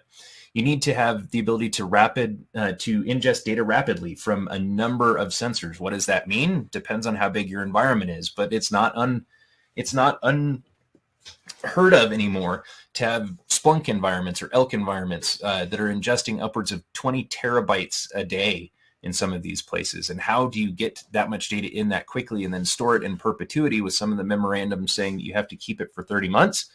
Well, you better have a solvent storage system behind all of this.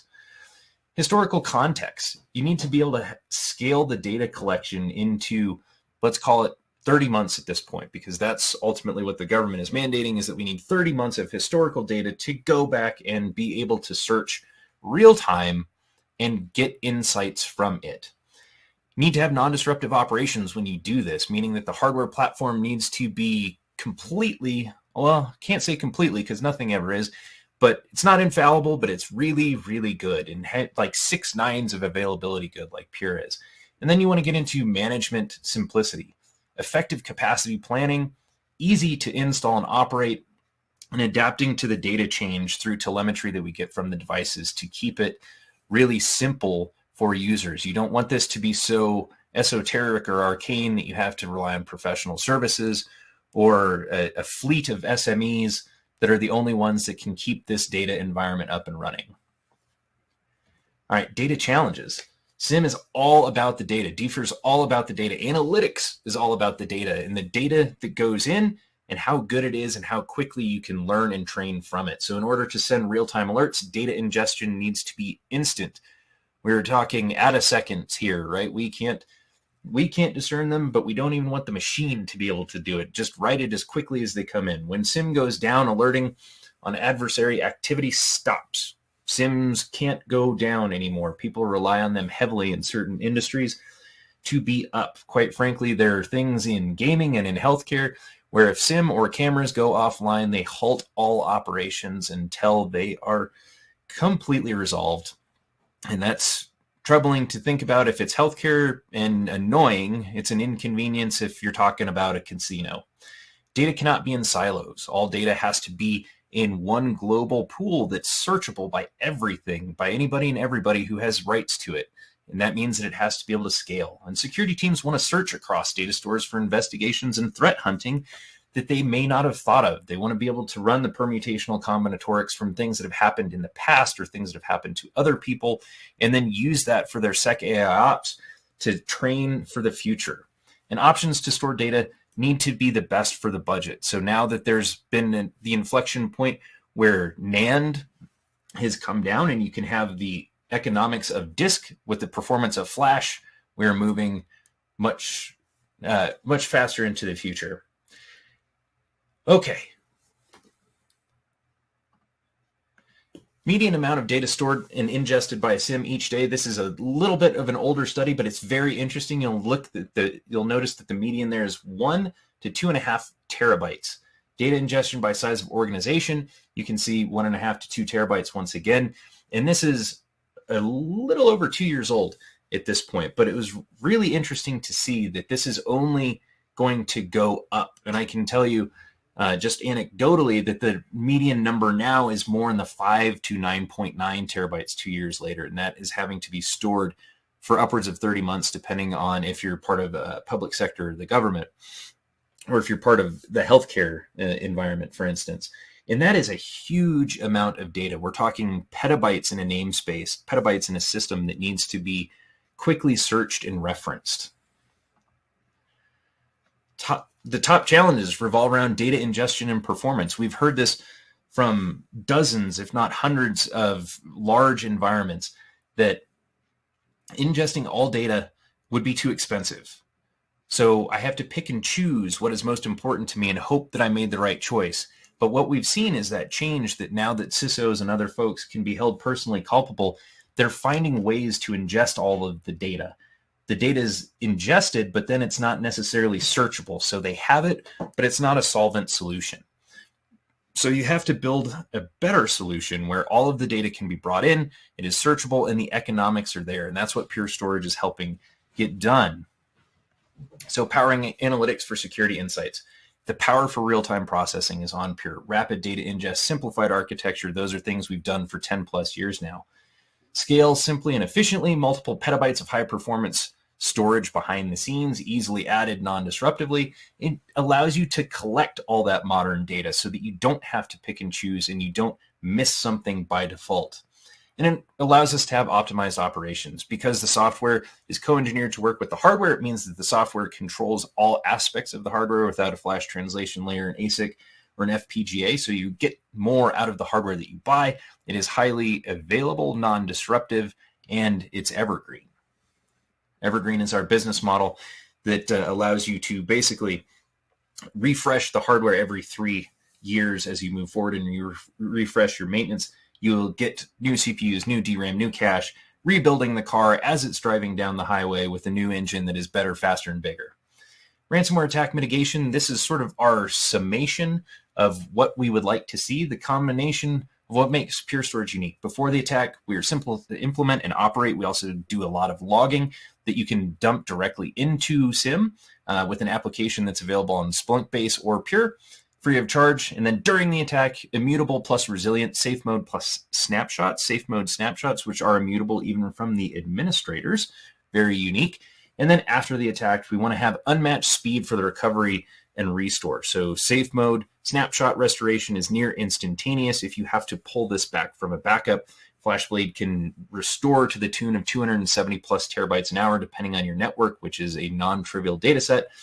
And before and after the attack, we want to prevent and reduce attacks by doing logging analytics, what we've talked about, the SEC AI ops, preventing this, looking for anomalies, and really sort of trying to make it, prevention versus the cure. And we've got, I was going to say, one more slide with a lot of information on it that I just want to cover, and it's somewhat goes around NIST's pillars, but this is for our data resiliency capabilities. Storage infrastructure with built-in data resilience, easy snapshots for business continuity, can replicate to other devices or into the cloud. You can see there that we've got a published 6 nines uptime SLA with Evergreen, Evergreen 1, which is very interesting, a big brash number to throw out there. And we have diverse ecosystem partnerships. Now in the protection scheme, we've got new data protection assessments where we can help and see if there are any sort of gaps or any analysis that needs to be done. We have snapshot policy planning engines now, which make it easier for you than to have to remember all of them. Snapshot and replication dashboard has been added so that you can see how those are working. And we have an automated safe mode PIN for multi-factor authentication now, taking some of the steps out to make it a little bit easier, which, happy customers tend to continue to be happy when you simplify things that they've asked for. Once we get into detect, we now have new anomaly detection. If this is something that piques your interest, reach out to your Pure account teams, and they can tell you all about our anomaly detection. And then finally, response, which is what we've talked about. Response, proactive vulnerability patches via edge services, get your nights and weekend back. Incident response team and time. There's a dedicated team to drive down the time. And then we've got white glove services from that team. And once again, a rich ecosystem partnership with lots of leading vendors. So with that, hopefully, I was going to say, if we've got Q&A or for anywhere written, we can go through it. But learn more about it, and thank you all for your time. Oh, awesome, Seth. Thank you so much. And I just want to reiterate, I'm going to move over to a poll in just a second. So grab your phones and get that QR code real quick. And then I'm going to switch over to a poll, and then we're going to get into some Q&A. I do also want to remind you all that there's some additional resources for you in the handout. So please do go on over and check that out. But let's last chance, drum roll on the QR code and poll. Okay, so what we're looking for here is, what is the additional information you would like to get about Pure Storage? So there's data sheets, white papers, case studies, all kinds of cool stuff. Great ways to follow up on the conversation that we just had with Seth here. And I do want to tell you, Seth, I'm seeing a few folks. Manish is saying that they're a customer. They're really happy with Pure. And Wade is saying big fan as well. You've got a lot of high fives coming in. So the fan club is strong here today, Seth. Should we get into some questions?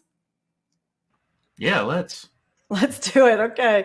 All right. We had a couple of questions coming in about SIEMs. I think that's kind of top of mind for a few folks in the audience. So can you talk about the role that a SIEM might or might not play during incident response? Yeah. So ultimately, it all comes down to the data that you can get out of it. So security information and event management, right, is ultimately, it's the cornerstone of sort of any response. And when I was talking about having to pick and choose what data goes into it, that really limits how effective you can be in a sort of an incident response. So if you have to limit the amount of data going into it, you may miss something that otherwise you would have detected. So having underlying fast storage, and then having your SIEM set up to index everything appropriately, and having those triggers built in is really the foundational steps of how you get that instant recovery, or that instant response, or that instant denial, where you can stop things cold in their tracks.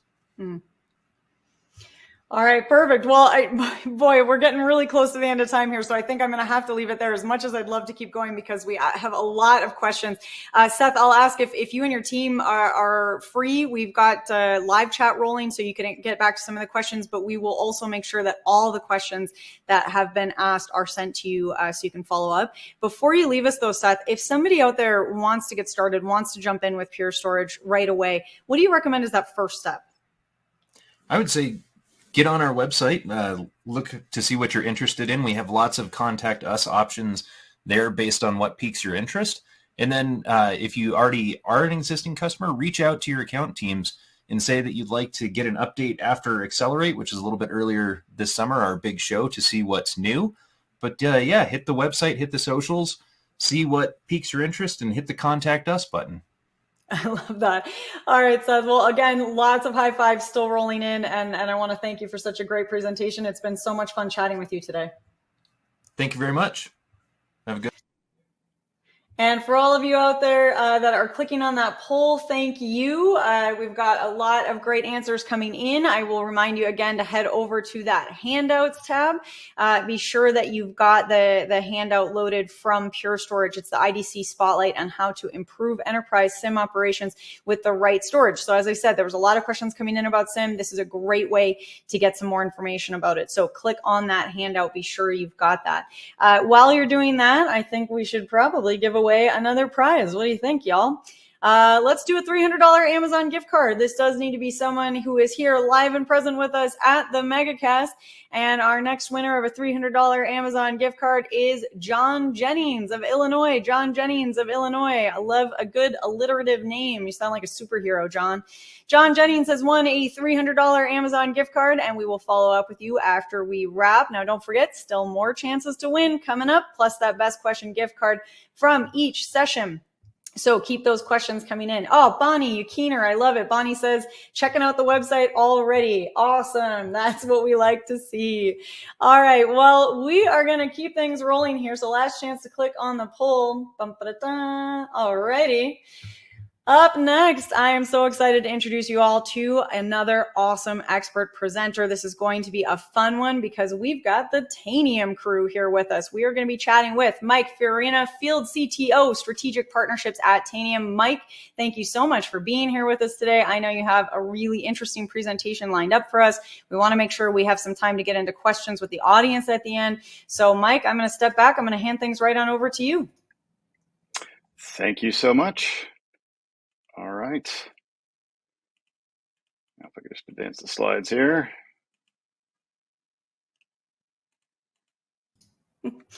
Should be a previous or next button. Are you seeing that, Mike?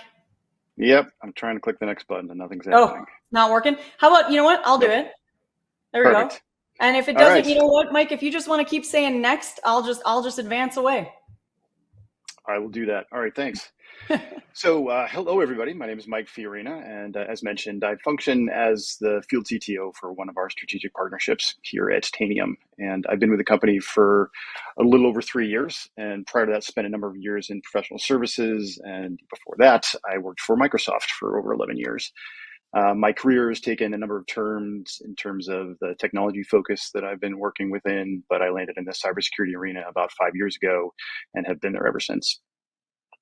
At Tanium, we really believe that security boundaries have moved a lot over the last 20 years. So long gone are those days where your only concern were firewalls and antivirus software.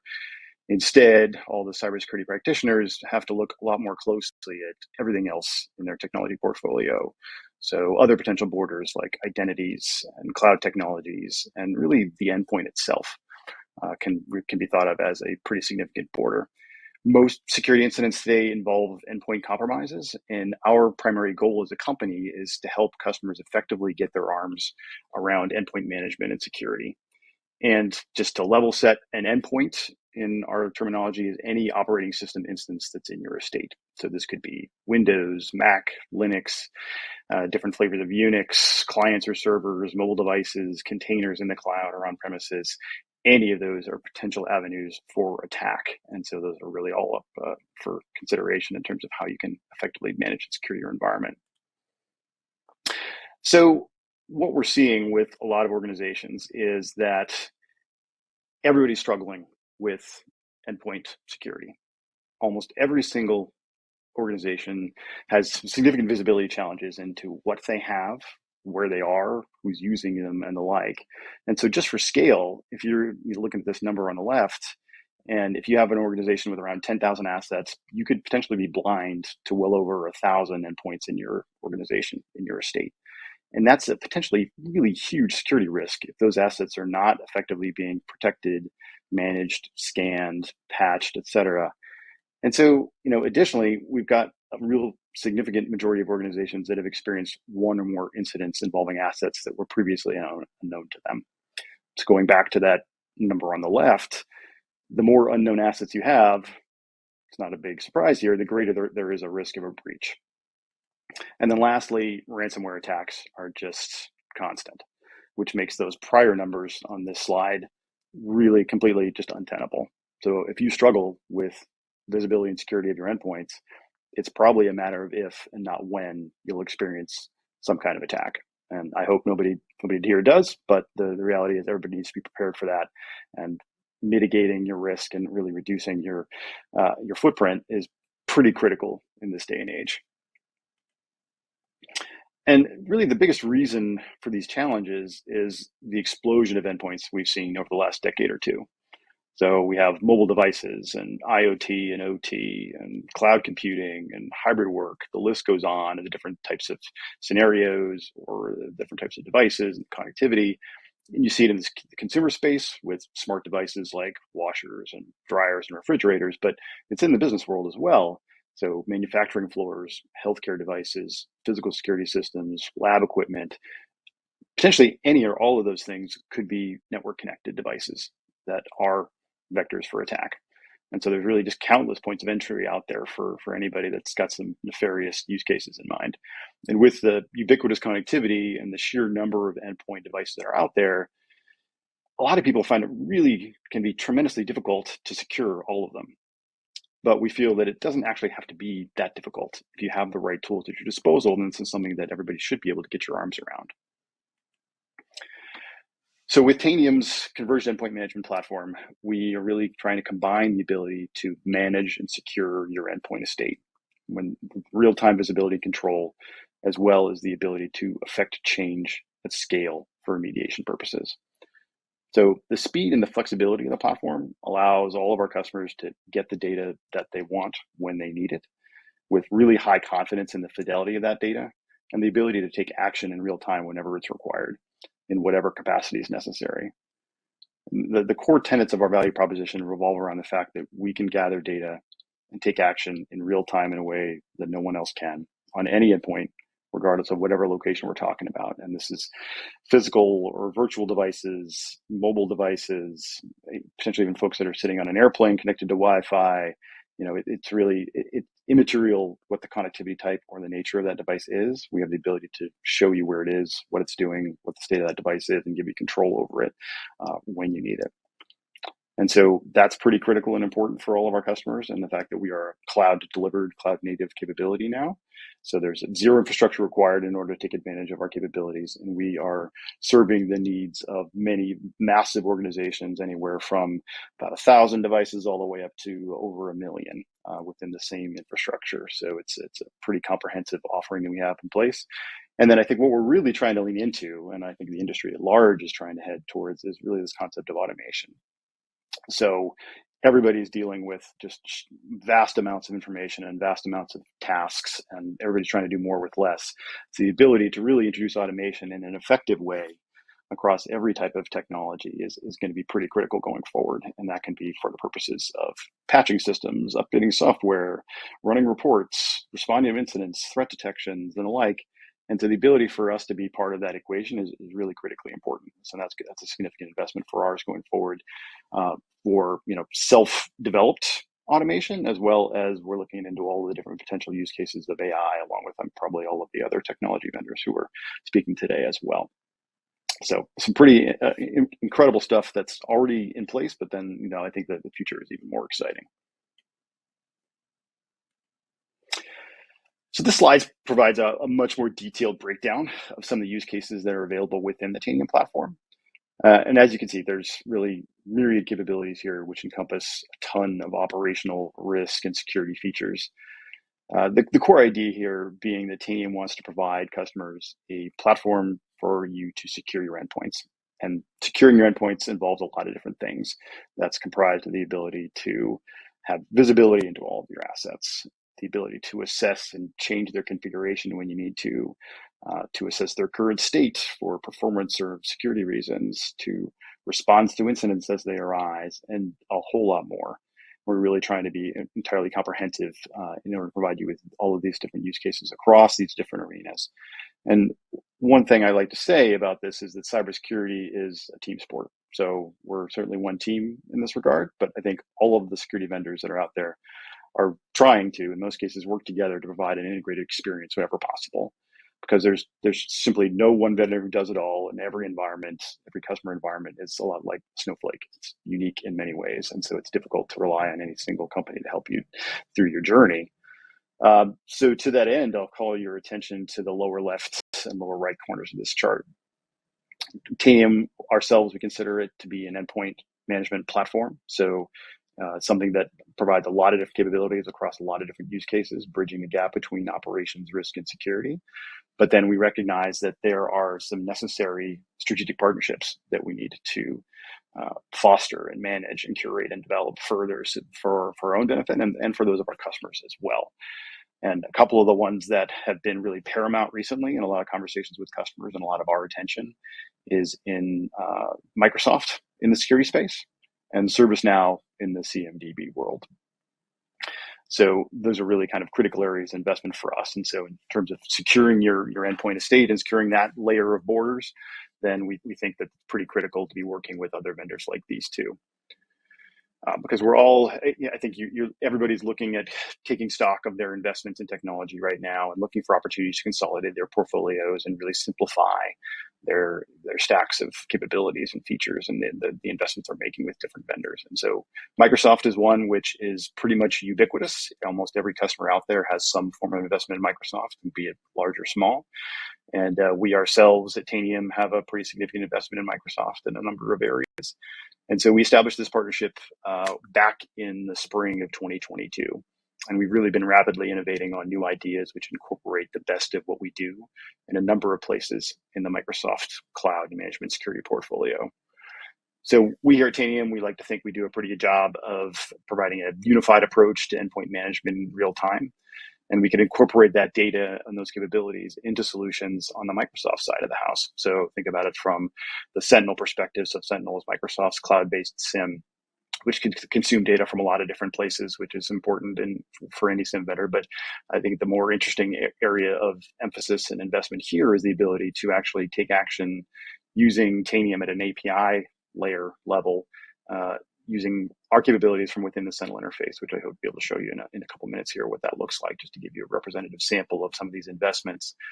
And then we're doing a lot of other things. So the ability to provide device posture assessments that are really detailed and granular and near real time in nature, so that you can ensure that the kind of just-in-time device access to the right systems or services users need to do their jobs is being done and handled in a very secure fashion in combination with what was formerly known as Azure AD and is now Entra ID and their conditional access policies, and the ability to incorporate and complement what Microsoft's doing in the manageability space with Intune or Arc or legacy SCCM, and providing complementary capabilities as well for Defender for Endpoint as an EDR platform and a lot more. So we're working hand in hand with Microsoft and their engineering teams on a number of innovations that some of which have already been developed and released, and another number of which are also coming down the pipe here pretty soon.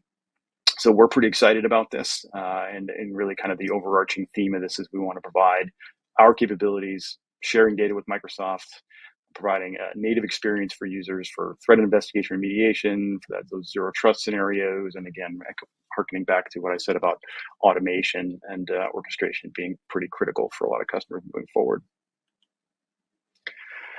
And then on the ServiceNow side of the house, like Microsoft, it's been a very fast-paced year plus of innovation where we've been releasing integrations natively on the ServiceNow platform on a regular cadence, which allows customers to use Tanium as a universal source of endpoint data. We like to think of ourselves as kind of a single source of truth for all of the endpoint devices that give out there. So what you see here on the screen, these are all the different use cases and the applications we developed that combine the orchestration capabilities that are part of both Tanium and ServiceNow with that unified approach, wherein it allows for seamless troubleshooting, incident response, and vulnerability management and the like. So think about the idea of being able to submit patch requests based on vulnerability scans that are being sent from Tanium, conducted by Tanium, sent up to ServiceNow. So all of the orchestration and the approval process and all of those elements are handled in ServiceNow, but done in a very seamless manner, in the same way we can do things for troubleshooting of the employee experience on devices. So detecting when they're having problems or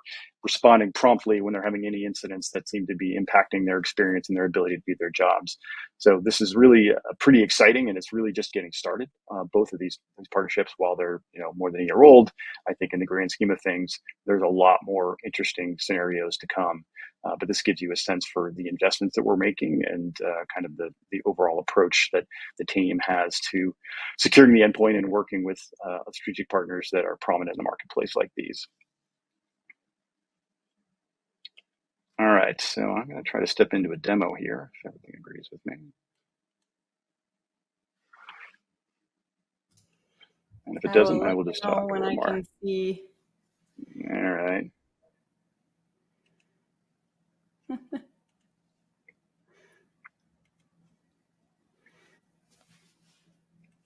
Always fun trying new things on the fly.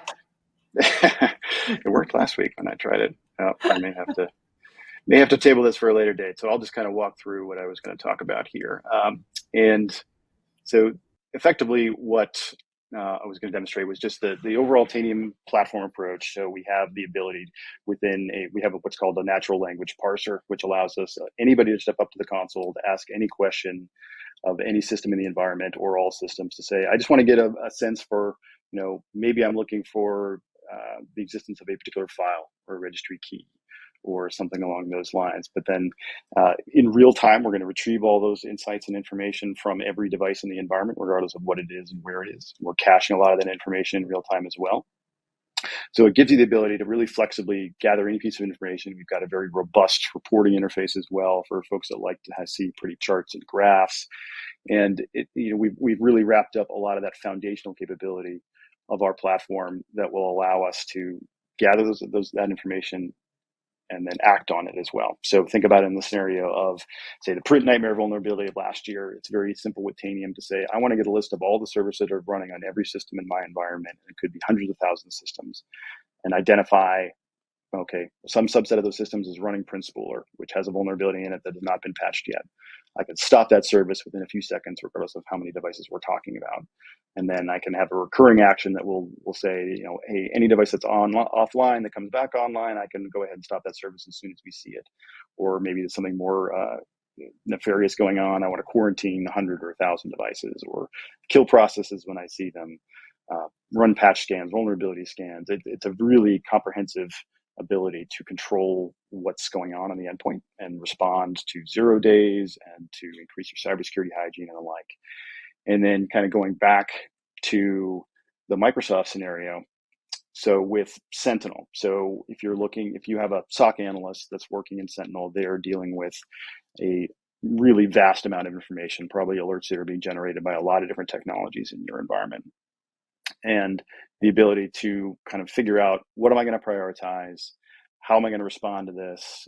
Do I have the tools that I need to do my job in an efficient manner is really what we're going with Microsoft here. So within the Sentinel experience, we're going to give those operators the ability to say, well, this alert was generated 5 hours ago, and I'm not sure how current the information that I have on these devices is. I can use Tanium to say, go out and get some current information about what this device is, where it is, the status of this device, anything that I might want to know about it. It's all going to render itself within that Sentinel experience. So the user doesn't have to copy and paste machine names and go back into Tanium and ask questions and pivot back over to Sentinel to do certain things. Instead, it's going to be really that unified experience that reduces any kind of context switching and makes the people more efficient. And then more importantly, going back again, automation. So whatever we see in Sentinel, if we could write some orchestration automation rules around it that'll take advantage of Tanium in the background, then all the better. And so these are the kind of things that we're really heavily investing in within the Microsoft portfolio, and then similar kind of scenarios in the ServiceNow side of the equation as well. So really kind of a three-pronged approach to being able to use these giants in the technology space, bringing the best of what we have to bear, and really kind of improving the customer's experience and the ability to secure and manage all of those endpoint devices that you may have around the world. All right. And one of the things that we have been doing a lot lately, we've invested a lot in a particular kind of automated service offering called the Tanium Risk Assessment, which allows you to use Tanium capabilities to get either a comprehensive full-scale review of all the endpoints in your environment or a subset of endpoints to give you some insights into what is your kind of risk profile. What does it look like? How are we doing with respect to patching or software updates or configuration compliance based on regulations that we might need to adhere to? These are all things that everybody needs to be concerned about. And the question is, are the existing tools that you're using making you as secure as you need to be? And do you have visibility into exactly how effective everything is being?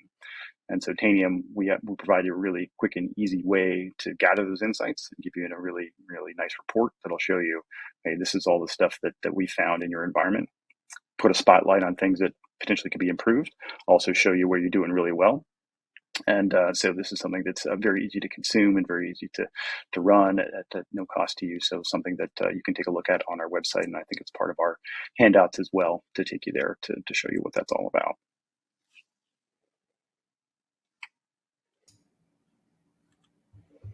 Okay. All right. Well, thank you so much. And yes, you are absolutely right. It is in your handout. So for anyone out there that wants to give that a try, you can head on over to the handouts tab and be sure you've got that risk assessment. Open that link, hold on to that until after we wrap, because you're going to want to explore that a little bit more in depth. Before Mike and I jump into some Q&A here, I do want to point out once again, we've got that poll up for all of you. What additional information would you like to get about the Tanium solution? So there's a couple of options for you there on the screen. Just take a second right now, click on that poll. This is basically hitting the easy button. You're letting Tanium know what information you would like to receive, and then it'll just appear magically in your inbox from Tanium. So go ahead and click on that right now. While you're doing that and getting your handout, Mike and I are going to dive into some questions. Mike, you ready? Fire away. All right, I'm going to start with this one because I'm a big fan of this question, especially for folks out there that are kind of sorting through different solutions that are the right fit for them. So Bonnie is wondering, what makes Tanium unique? And when it comes to choosing Tanium, what is going to set them apart? Yeah, I think our uniqueness relies on that real-time element and the ability to do or see anything literally within seconds. So there's nothing else that we are aware of in the marketplace that will do what we do in the same speed and scale that we do it. So even if you're a global organization with potentially hundreds of thousands of systems that are out there that are in your estate, we have the ability to say, go get this information from them and report back in 30 seconds, and you'll have all those insights. And then if you need to take changes, and it could be something as massive as deploying a patch to 500,000 machines, we can get that done in minutes, if not seconds. And so we really kind of feel pretty strongly that speed matters in cybersecurity, and that's really kind of what our calling card is, as well as our just overall approach to endpoint management. A lot of folks focus on the operations side or the security side. We try to do both and provide all of your people and personnel with the same tools and the same data in order to make the right decisions, as opposed to kind of throwing reports back and forth over the fence between organizations and groups in your company or your organization. So that's kind of generally how we like to frame things. Awesome. Question from one of our audience members who sounds like they're in a bit of a smaller company. So just making sure that Tanium is going to work in terms of cost and implementation. Is this going to make sense for smaller teams as well as for larger organizations? It depends. Generally speaking, our smaller customers tend to be on the 750 to 1,000 endpoints type of scenarios. If you're smaller than that, then you might not derive all of the benefits. They may not be as cost effective for you as other solutions could be. But we're continually trying to kind of drive down the cost of the experience from Tanium and cater the needs of the smaller customers as well, because we do think there's a lot to be said for having a single tool that does a lot of these different things and simplifies, particularly folks that wear a lot of different hats in an environment. So you might have the bigger organizations obviously have dedicated security and operations personnel, but the smaller ones may have somebody that does all of it. And so being able to do it all from a single interface is pretty valuable as well. I think that's a great answer, and I appreciate differentiating, where you can be of value and where another solution might be a better fit, because obviously it doesn't do anyone any good if you don't have the right hat on your head. So that's great. We did get a couple of questions about integrations, and you talked about those strategic partnerships. I'm wondering if there's anything else that you would want the folks out there to know. What's coming. What are Tanium's sort of big, exciting growth plans on the future? There's a lot in the hopper, and I can't speak to too much on the roadmap, but I will say, we really want to kind of invest in those real-time capabilities, because again, kind of the speed element of it is something that is our calling card and our differentiator. And we're investing in a lot of different partnerships. And so we want to try to really focus on folks being able to do things from a partnership perspective in the ISV world, or customers who want to develop their own custom solutions.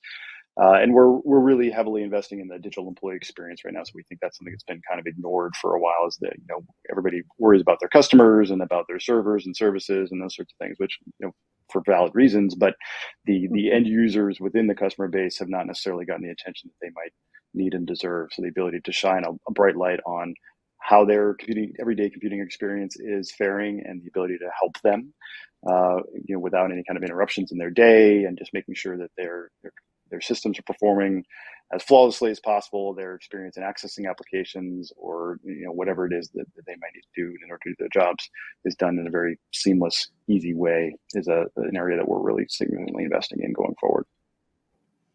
Awesome. All right. Well, I really wish we could keep going with this because there's a lot more questions coming in, but I think we're going to have to wrap it up. Before we let you go, though, if somebody out there does really want to get started with Tanium right away, is ready to jump in, what is the first step that you would recommend, other than we've mentioned that risk assessment in our handout? And I'm going to tack on a question that came in from our audience as well, wondering about personalized demos and making sure that those are available. And I don't know if that's where you would recommend starting, or so I've packaged a few questions together for you. There you go. Yeah, there's certainly a lot of information on our website which outlines in a consumable way what we do and how we do it. There are easy, no-cost ways to do proof of concepts, and then it's also very easy to get in touch with us to provide live demos. There's a lot of recorded demos that are available on YouTube and on our website. So there's lots of different ways to get a little bit of exposure to the technology. But anybody at Tanium will be more than happy to direct you in the right way if you reach out to us on email or LinkedIn or Twitter or wherever the case may be. If the website is not getting you where you want to go, then everybody here is more than willing to help.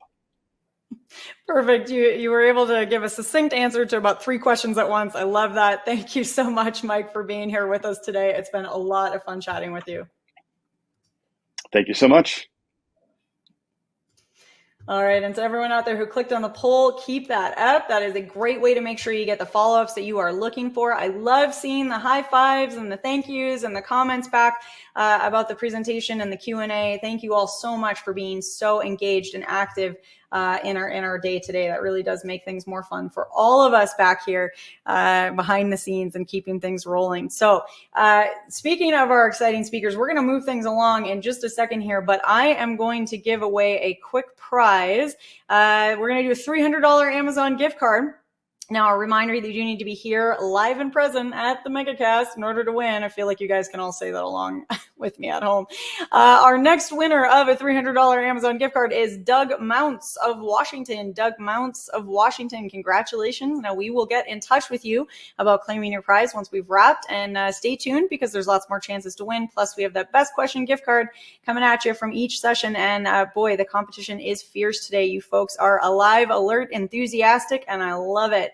All right. Well, my friends, I mentioned that we were going to move on to our next presentation. Now is the time. So last chance to click on that poll there and gone. All right. We are going to move things right along. It is my pleasure to introduce you all to our next expert presenter on the MegaCast, and we are going to have a great time with our next speaker. That's Hari Nair, Senior Director of Product Management. Hari, thank you so much for being here with us today on the MegaCast. I'm very excited to hear a little bit more about what's going on at Sequence and dig into your presentation. So I'm going to step back and hand things right on over to you. Take it away. Thank you, Scott. Good morning, good afternoon, good evening to those of you who are watching this presentation either live or watching a playback. Thank you in advance for your time. I'm here to kind of speak about API protection and Sequence in particular. Today's presentation is all about how and why API protection, if it's not already on your list of things to worry about, should be, very much at the very top.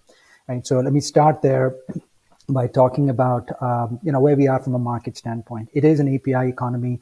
I am not going to walk you through all the metrics on this particular slide. A lot of these should be self-evident. But what I do want to leave you with, as part of this presentation is that if you're not already using APIs, if you're not already depending on APIs, you probably will very, very soon. Most organizations, big or small, across a wide variety of verticals, whether you're in telco, whether you're in healthcare, retail, financial services, media, sports, depend extensively on APIs. Right? And that's that's just a sign of the times where we're at right now. Most organizations started down this path, about 5-10 years ago. Sequence as a vendor has been in the space of API protection for more than 8 years right now. And we've been very pleasantly surprised with, the pace at which APIs are being adopted, not just to, advance business use cases, but actually accelerate them, if you would. But it comes with a potential downside. And the downside here is that because APIs are as prevalent as they are, again, there's a bunch of metrics here that I won't all kind of talk to. I'll let you read through, some of these numbers on the slide.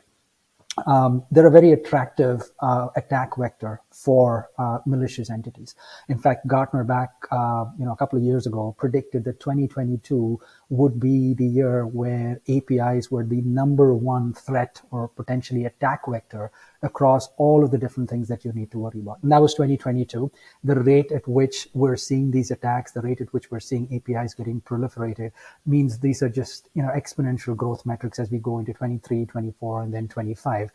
Again, speaking to some of the slides that you see out here. Why are APIs so attractive to a malicious entity? A couple of things that kind of set these apart, right? One, APIs, generally speaking, are well documented. What do I mean by well documented? Most APIs by mature organizations are actually well documented from the perspective of there is a specification that tells you not just what the API is intended to do, but also how to use that API, including sample commands. So if I am an attacker, I have documentation that tells me exactly what I can and cannot do.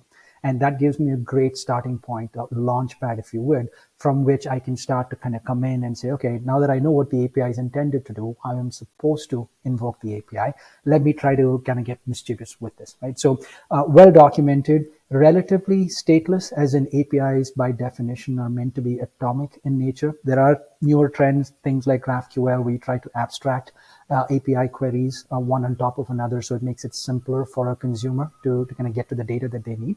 But for the most part, invoking an API doesn't necessarily depend on a whole bunch of other APIs beforehand. It doesn't have to be that way. In fact, this is a very lucrative attack vector for something that we call business logic abuse in the API security space. But the fact that these are very, atomic in nature makes it easier for somebody to go out and launch different types of queries and see what's actually possible versus what's not. And then the third thing from a threat or from an attack standpoint is the fact that you don't really need a client. You don't really need an agent to go out and launch API queries. You could use, open source, tools like curl, for example, to launch API queries that, make it a lot more ubiquitous, a lot more easier to try and test what's actually possible and things to that effect. Now, that's just the nature of APIs in general. If you kind of reconcile that with these three fundamental, paradigm shifts that we've been exposed to over the course of the last 3 to 5 years. Well, actually more than that at this point, cloud, right? The rate at which organizations are adopting the public and private cloud, it's almost like a given at this point. Cloud's one, DevOps is another, shifting processes where you're combining production or development and operations together in one sort of, methodology, if you would. And then third, but not least importantly, application modernization. The jury's out in things like microservices, given some of the recent, adoption trends that we've seen. But, it's unmistakable that organizations are deploying applications, developing applications, updating applications at a rate that's a lot faster than what we've been used to over the course of the last 20 years, if you would. Now, when you kind of compare and contrast this with the rate at which, applications are being developed within an organization, it's not just outbound communications with a trading partner or, a customer, if you would, but even within the org, sometimes we call this east-west traffic, there is a lot more usage of APIs, if you would, right? So you see a lot more APIs kind of coexist, which is, again, fundamentally different from how web application was done traditionally. Usually you had a version of the application, you updated that application, you moved to a different version, and now you've got multiple versions of the application that don't need to coexist. Once you've patched the application, the older version goes away. Compare and contrast that with how APIs are deployed and pushed out today. You could have 6 different versions of an API coexist, right? So that makes it, a lot more easier to have what we call rogue or deprecated APIs, shadow APIs in some terminologies that exist in conjunction with how an organization wants its APIs to be consumed. So that makes it a lot harder to kind of figure out where your APIs are and who's using them and things to that effect. And the ones that you are aware of, you don't necessarily do a great job with protecting them. And we'll talk about some of the attack vectors in just a little bit. And, if you try to look at, how fast development is being done, how distributed development is it today, the methodology by which you protect APIs has to be a lot more scalable than how most customers, most prospects approach this, from our standpoint as a vendor, if you would. Right?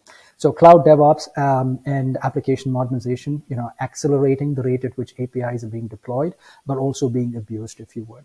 And one thing that we'd call out, this is just based on our own exposure, our own experience with customers, both big and small. We have customers that have deployed us to protect all of their billions of transactions on a daily basis. Our largest customer today uses us, what, 1.5 billion transactions every day that they use us to protect against. And we've got small customers that are very early in their API and their business journeys, if you would.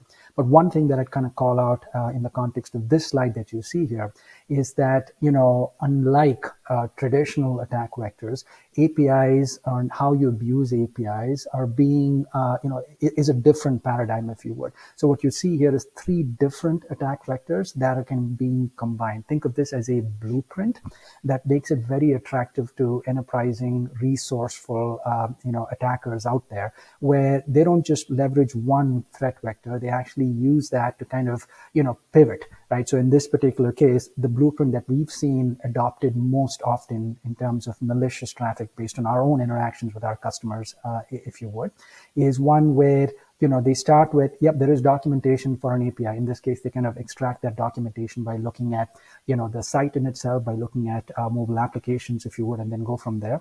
They then try to see if these applications or the APIs themselves are protected well. So now you get to the point where you can start to see if the, at the end, the authentication mechanisms are strong or, can be made stronger, if you would. And if not, they go out and exploit that. They do things like credential stuffing, right? Because there's a plethora of, user records that are available out there. And not all APIs are instrumented with things like, rate limiting, for example. So it makes it easy, once I know what your API is supposed to do, to stuff it with a whole bunch of credentials and see, what credentials kind of fire. It's like Battleship, if you would.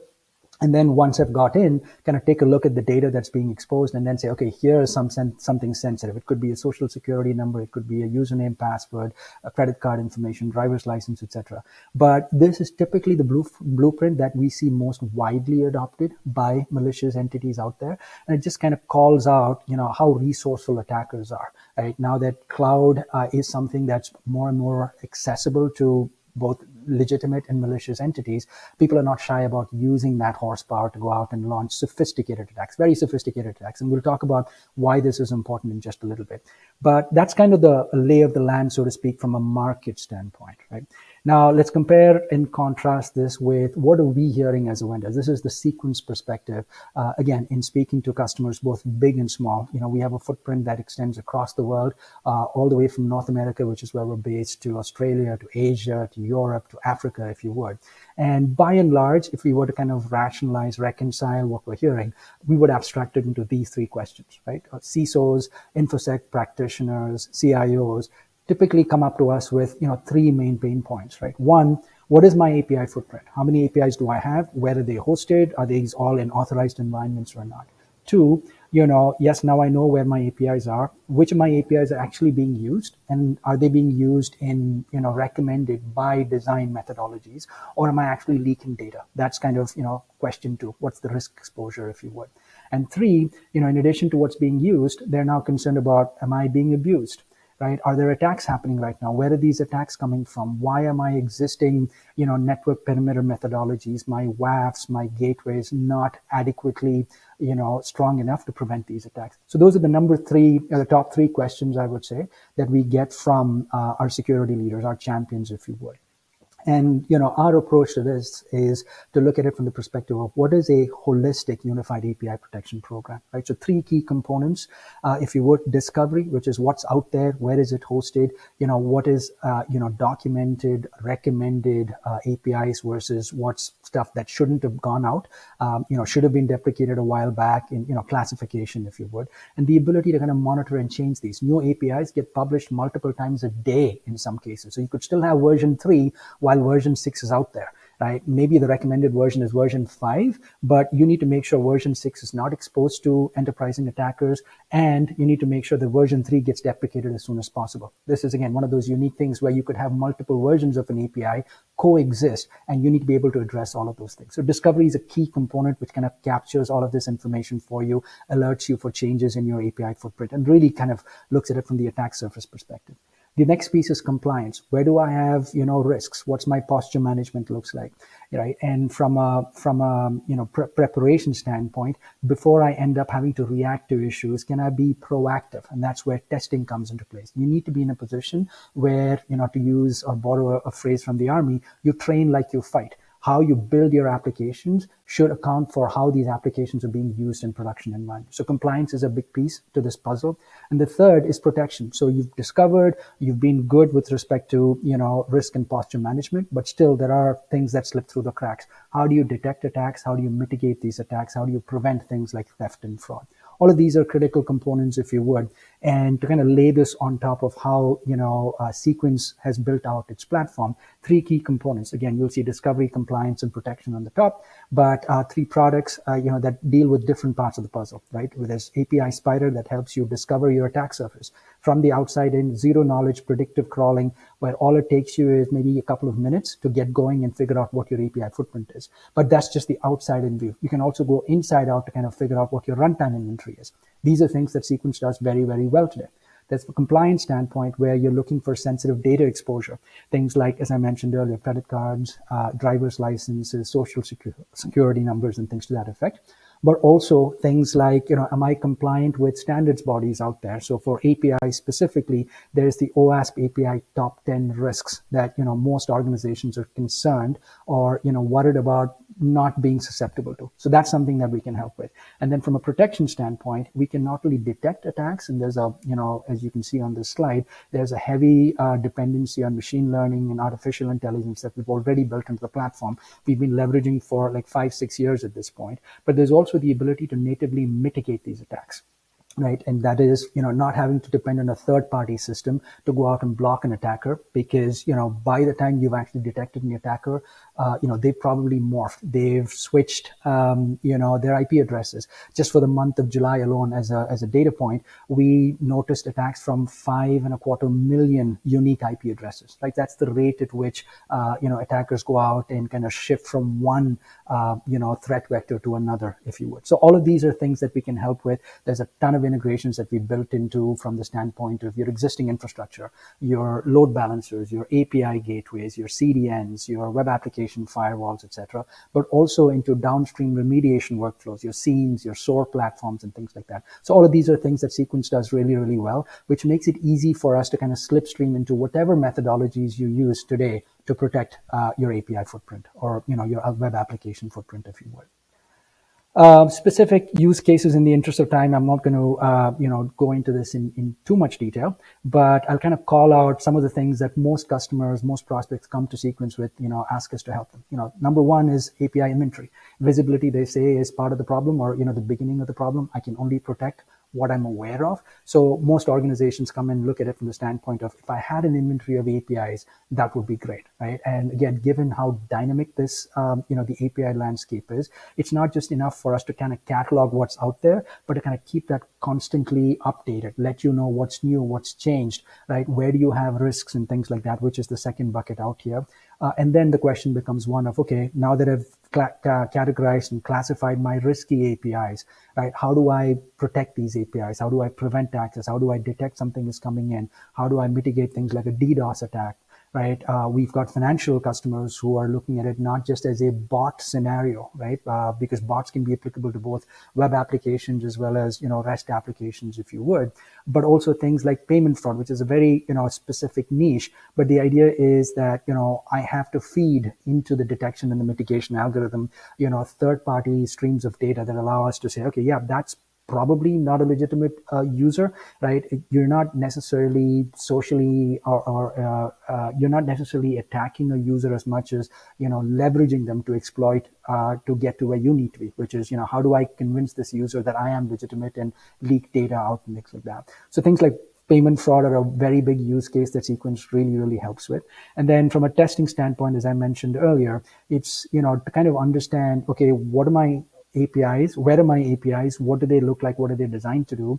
And what tests should I actually be running against these APIs? And as you can imagine, no two APIs are alike, even within an application. So if you kind of start to kind of, extend this across the different types of applications, the different geographies that you're deployed in, and different customer environments, how do you stay on top of what are the most viable attack vectors that me as a customer is vulnerable to today, and how do I adequately test for that? And that's why where we've heavily leveraged AI, where you don't have to worry about which test to run against what APIs. Will take care of that for you. So you take a process that today can take a customer months to kind of identify, the adequate testing coverage. We can squish that down to a couple of minutes, if you would. These are all things that Sequence does well and, helps our customers with. This is another slide that kind of talks to some of that. I'm not going to repeat some of the stuff that we already talked about, but the key value propositions, really quick time to value, right? Most of our customers see value within the first couple of minutes after they've deployed the platform. The other part is a unique but a holistic approach to API protection. It's not discovery or compliance, but all of these kind of integrated into the same platform. And then from the standpoint of, who trusts us, right? Why are we considered the subject matter expert? We've got customers both big and small across a variety of different verticals, but we also have a managed services offering that allows you to kind of essentially offload this responsibility to us and have us kind of hit the ground running with the expertise that we've built over years and years of protecting some of the largest, most demanding customers in the world. So that's a big reason and a big attraction as far as the Sequence Unified API Protection Platform is concerned. But don't take our word for it. Here's, I started with Gartner. Here's another, analyst firm, Datos Insights, which used to be IT Novarica, which has kind of conducted an extensive, survey of the market, and they've basically put us as best in class, right, by far. So, take that into consideration as you look at your own API protection needs and, which vendors you want to evaluate and things like that. So as I kind of wrap up this presentation, one thing that I'll make a plug for is that it shouldn't take you a lot of time. As I mentioned, ROI, time to value are things that are very near to our heart, because we realize most customers are still early enough in their API protection journeys that we want to make it drop dead simple, drop dead easy for them to come in and say, okay, hey, what does my API footprint look like? And what you see here is a link to an assessment, a free assessment that you can, get results in the first 15 minutes. You don't have to talk to anybody. You can self-register, and, effectively you'll know where your APIs are, what kind of APIs you have, where they've been deployed, and things to that effect. And finally, as I leave you, with these stats and this presentation, let me kind of reiterate three things, right? API protection should be top of mind.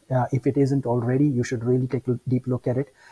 You should look for vendors that kind of approach it from the standpoint of a holistic view, not just give you pieces of the puzzle, but helps you solve put the puzzle together and solve the entire puzzle, if you would.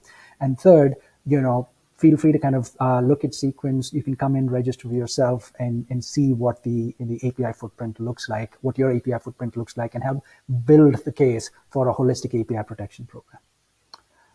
Scott, with that, I will end my prepared remarks. Are there any questions from the audience that I can help with? Yeah, so really interesting presentation. And we do have a bunch of questions that have come in here.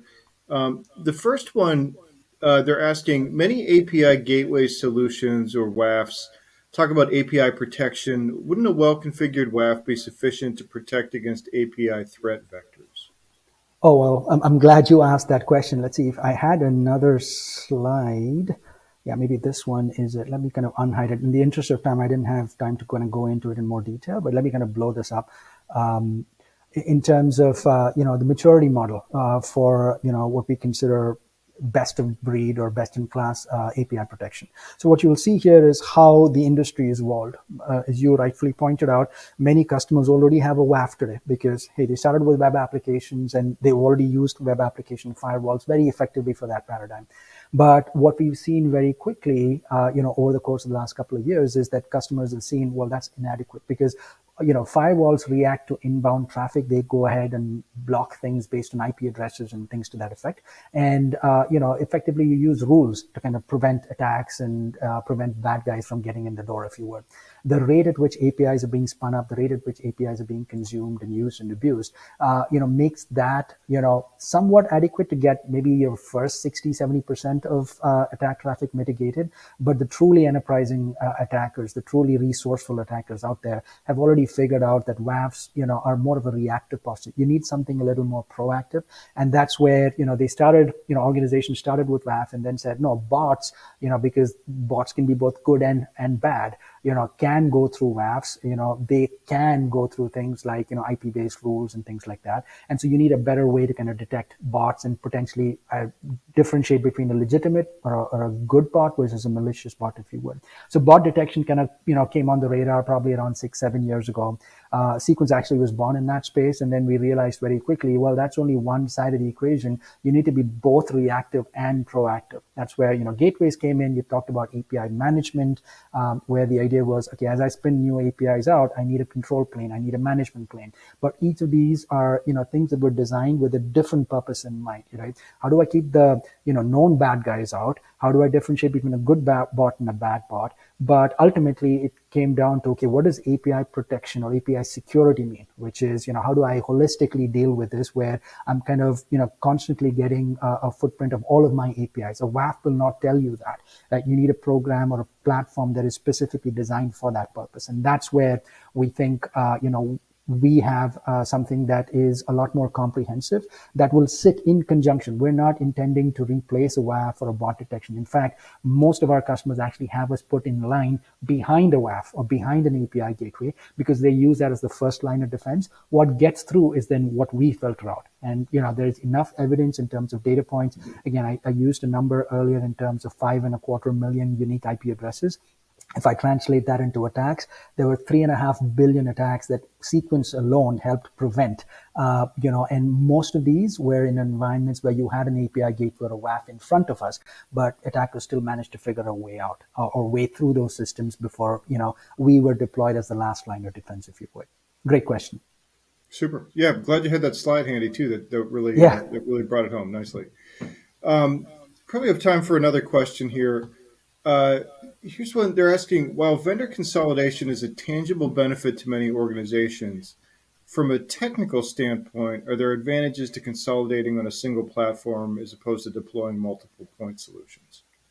Yeah, good question. Again, yes, that's a really, really good point because, most customers will want to start with the best of breed solution, and they might look at it as, okay, I've got my best of breed bot detection solution or my threat, attack surface discovery solution, if you will. There's a variety of different tools, different platforms out there. But, what I'm here to kind of tell you is that from a, holistic approach, having discovery, compliance, and protection, those three pieces that we kind of talked about in an earlier slide, feed into each other, kind of gives you the best protection, if you would. What do I mean by that? I mean, kind of, painted in very stark pictures. If you have an API inventory that kind of tells you, here are all of my APIs that are currently live today, right? This percentage of them are externally accessible. That's a threat vector. This percentage of those externally accessible APIs currently are seeing traffic, right? So which is where now you go from discovery into compliance, because if those are treated as separate, you won't have that level of integration. But now you can see, okay, this is where I'm seeing the most traffic. This traffic or this percentage of this traffic is actually potentially vulnerable, potentially exploitable. Now you kind of, hone in on a very, very small subset of APIs and transactions, which might reflect negative or bad users, if you would. That's where you want to kind of start with in terms of how do I stop the bleeding, right? A lot of our customers come to us and tell us, hair's on fire, help me stop the bleeding, right? And having all of these things feed into each other and, having your runtime traffic kind of determine how you test your APIs, kind of it's a synergistic feedback loop, is the most effective way to kind of put in place an API protection program that then gets you to the highest efficacy in terms of, okay, what do I have deployed and what's the ROI from a deployment standpoint, if you would. Excellent. All right. Well, thank you so much for being here and for bringing us up to speed on Sequence. Yeah, thank you, Scott, and thank you again for everybody who's taken the time to kind of watch this presentation. If you have more questions, please feel free to reach out to us, either via, Twitter or, coming up to our website, etc. Look forward to hearing from you and hearing from you about your own journey into API protection. Oh man, Hari, thank you so much for that awesome presentation, and to Scott for jumping on to join us for some Q&A. What an interesting conversation that was. Now, once again, I have put up that poll question for all of you, and what we would love to find out is what additional resources you are looking for from Sequence. And again, this feedback is really valuable, and it allows Sequence to get you exactly the information that you're looking for. So you're just you're making your future self very happy right now, because you're going to click on that poll, and then the resources that you're looking for are just going to magically show up in your inbox, and you don't even have to do anything for it. So click on the poll and get those resources sent your way. I will also remind you to head on over to the handouts tab and be sure that you've downloaded the data sheet from Sequence reviewing their unified API protection. Again, a great read, and this was such a cool topic to dig into a little bit with Hari, and a little bit of Q&A with Scott as well. So there's lots more to learn. There's lots more to explore with this. Be sure you've got that data sheet, and you can do a little bit further reading after we wrap up today. All right, now before we move into our next presentation, I am going to give away a prize. And in fact, let's do two prizes this time. So we'll do a $300 Amazon gift card as well as an M2 MacBook Air. So I'll remind you again, and I feel like you're all saying it with me at home, you do need to be live and present at the MegaCast in order to win. Our next winner of a $300 Amazon gift card today is Richard Forenbach of Virginia. Richard Forenbach of Virginia. Congrats on your $300 Amazon gift card. And the next winner of an M2 MacBook Air is Philip Avner of Washington, D.C. Philip Avner of Washington, D.C. All right, so congratulations to you, Richard and Philip. We will be following up with you. I was just laughing. Patrick said you have to be alive and present. I'm realizing that's a bit redundant, I guess. You do need to be alive to win these prizes. All right, well, alert. How about we'll change it to that? You need to be alert and present in order to win these prizes. All right, so congratulations. And to all of you who are asking those questions and submitting those questions, you are entered to win even if we do not get to you in a live session. So keep those coming in. All right, well, lots more excitement yet to come. Speaking of which, let's get into our next presentation. What a day it has been already, and the fun is definitely not over, because up next, I am so excited to introduce you all to Todd Tiemann, Director of Product Marketing at ReliaQuest. Todd, thank you so much for being here with us today. I am really looking forward to this presentation. I know we want to get into some questions with the audience at the end. So Todd, I'm going to step back and hand things on over to you. Take it away. Thank you so much, Jess, and thank you for having me here. For those of you I have met, my name is Todd Tiemann. I direct product marketing at ReliaQuest for our core security operations platform, which is called Gray Matter. And what ReliaQuest does with Gray Matter is combines technology and our security expertise so you can improve visibility across your attack surface, so you can reduce complexity and manage risk. Now, your borders and threat surface, they're fluid and they're changing. You have new apps, new cloud services, new endpoints continually cropping up. Enterprises need to detect, investigate, and respond to threats. What I hope to do in the next bit of time is give you a few tips and insights on how you can better detect and respond to threats across that fluid border. So with that context, let's step into it. There, you can see my pretty picture there, and the background on ReliaQuest. On to what we're going to be talking about here, on to some substance. So let me provide some context and a framework for you. The heart of security operations is detecting threats, investigating threats, and responding to threats. And you can see that in the left-hand side there. And that's inherently a reactive process where you're trying to rapidly respond to threats as they crop up, alerts as they crop up. Now, that detection, investigation, response, that DIR process, that's informed by threat intelligence. So you have threat intelligence providing relevant indicators of compromise, so you're making informed decisions as you're investigating. That's the reactive side, the rapid response side. On the proactive side, you have threat hunts, and you also have to test your defenses. Another phrase for that testing bit might be breach and attack simulation. You want to proactively make certain that your security operations are functioning well. And you want to look also into the deep, dark, or open web to understand if credentials have been compromised, if your intellectual property might be up for sale, or somebody's typo squatting and try to fraudulently go after your customers and maybe trick your employees. That's that digital risk protection piece up above that informs the proactive steps. Now, all of this, be it rapid response or the proactive piece, all of that's optimized by automation orchestration, excuse me. Automation allows you to reduce the high time, low brain activities so you can focus on more impactful stuff. Something you'll note is that automation here, it's not just the response stage. A lot of folks say automation, that's playbooks, that's great. No, but automation applies throughout that security operations process and provides a way for you to sort of speed things along. Now, if you look at the world we have today, most companies, you have a SOC, and it's sort of become a dumping ground for alerts, whether it's phishing inboxes, SIM alerts, MDR alerts, whatever it might be. Everybody out there, you have a variety of different tools, and that's what you see on the left-hand side here. And all those tools are generating alerts that the security team typically needs to triage.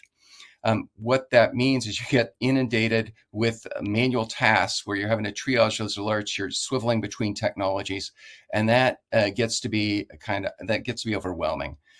It's too many tools that you have to become an expert in. It's too many alerts that those tools are generating. It's a lot of data sources that need to be maintained and applications that need to be secured.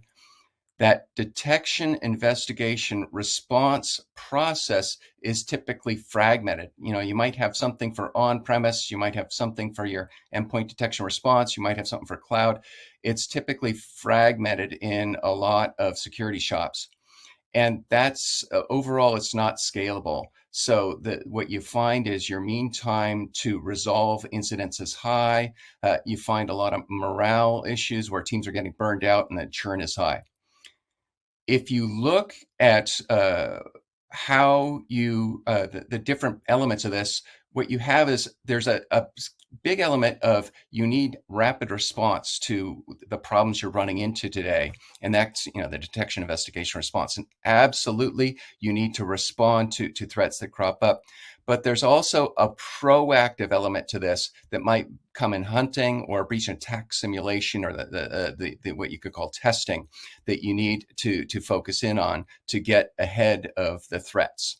Now, I'm gonna dive into that proactive as well as a rapid response piece as we move forward here. And let me see if this slide. There you go.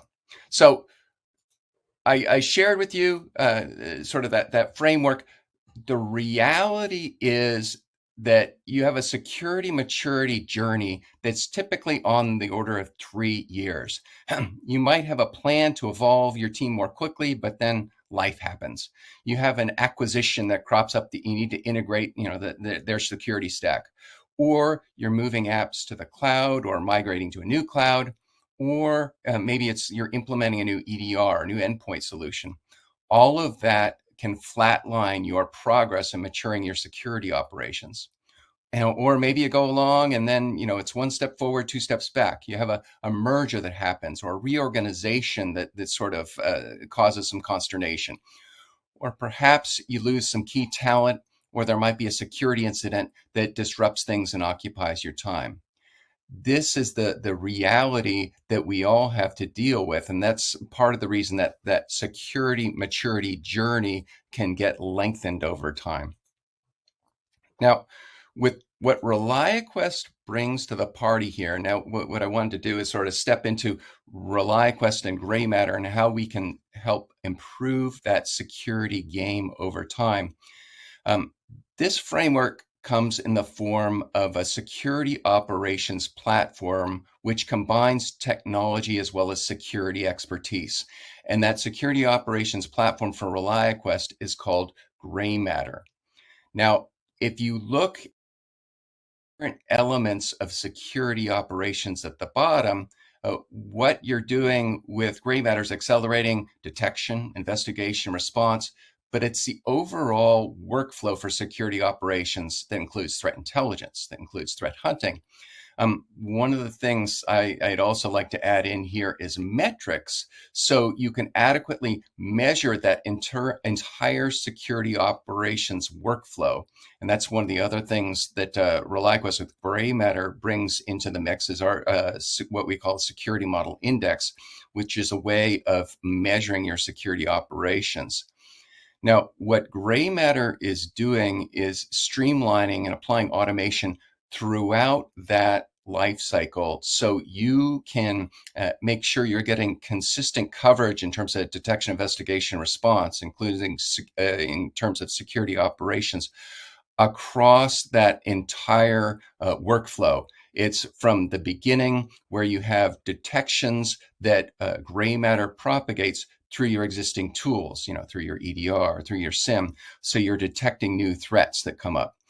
It takes the form of things like what we call a phishing analyzer, where you've done your bit in terms of employee education, and now your employees, when they run across phishing attacks, they are forwarding the suspected phishing email to that abuse mailbox. Well, that can be a very manual process to triage all of those emails that are coming in that employees are submitting of suspected phishing emails. What we do in Gray Matter with the phishing analyzer is automate that process.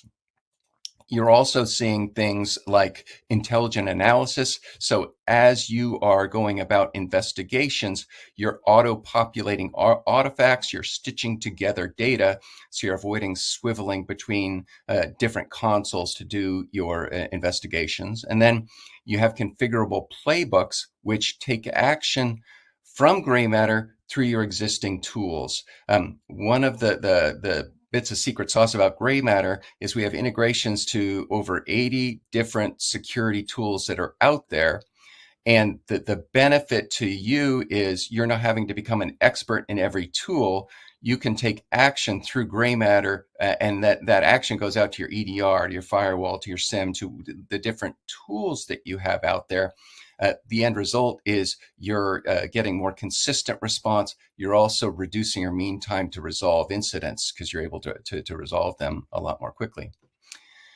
One of the other pieces in terms of accelerating that security maturity journey is digital risk protection. ReliaQuest, you might have seen in the news a year ago or more, bought Digital Shadows, and that's now Gray Matter Digital Risk Protection. We've enhanced it over time, so you can look at the deep, dark web for threats that might possibly affect your organization and take action to nip them in the bud. So with that context, I wanted to touch on some of the maturity paths that we see customers take. And what I'm sharing here, ReliaQuest, we have hundreds of customers, and we've seen some best practices over time.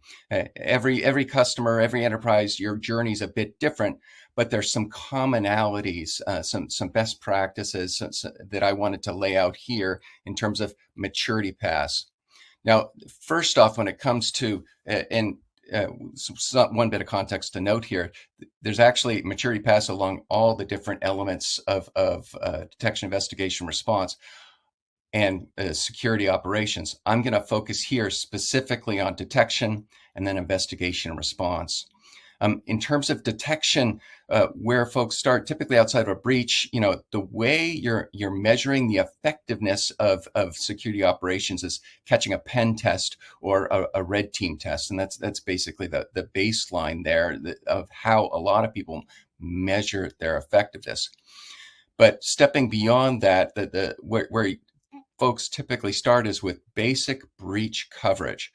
Ensuring you have EDR, endpoint protection in place, authentication, IAM, where you have email gateway as well as firewall and IDS IPS. Stepping beyond that, once you have that foundation in place, it's network detection response. It's web proxy, DNS, user entity behavior analytics. It's your access points. And then sort of something you could call the next step beyond that, but some folks actually do this first. If you're a cloud first enterprise, you need to have to make sure that WAF's in place. For the AWS shops, and here I talk about AWS a lot, but you could also look at your Azure or your GCP equivalents here. Guard duty for an IDS IPS, you need to have the logs in place with CloudTrail, API Gateway, Cloud Shield, also things like your Kubernetes environment. Beyond that, after you've got phase 2 under your belt, what typically happens is your SaaS apps and making sure you have adequate monitoring and visibility to the different SaaS apps. And then beyond that is you might have custom business apps that you need visibility to. If you're in healthcare, you're going to have your medical information systems. If you're manufacturing, you might have operational technology, or if you're in utilities, maybe it's SCADA. And maybe, if you're in healthcare, it might be information or IoT, Internet of Things, where you have IP addresses on gurneys and that sort of thing.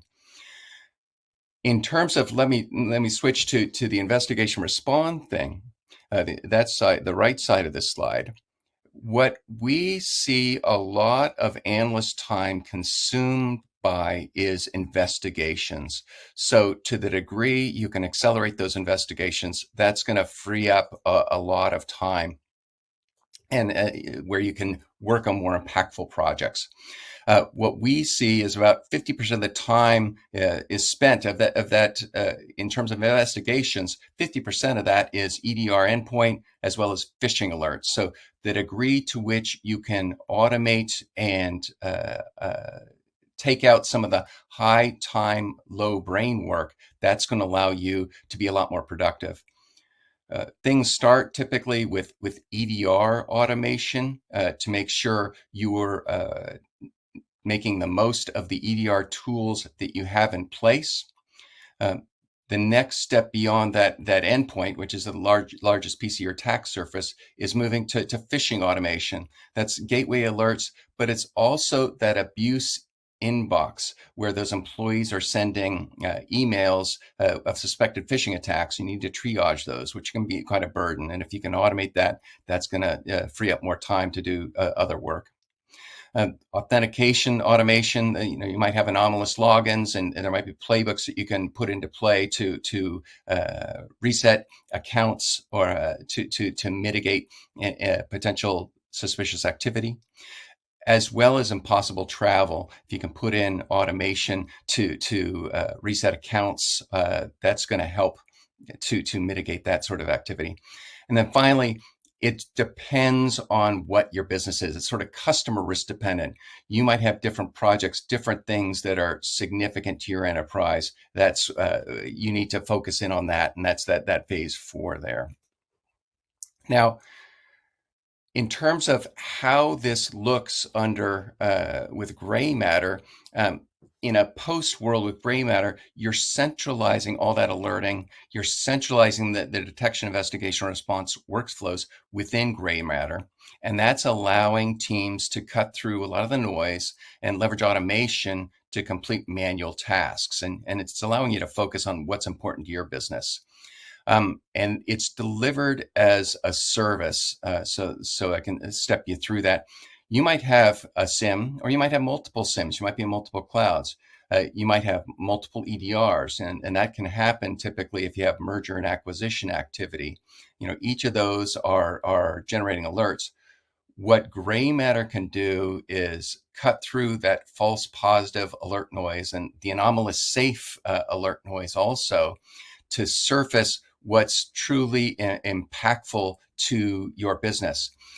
Part of the way, or the major way we're able to achieve that, is you're getting visibility across your stack with bi-directional integrations to your existing tools. So we're leveraging what you might already have in place to inform investigations, as well as take action through those existing tools.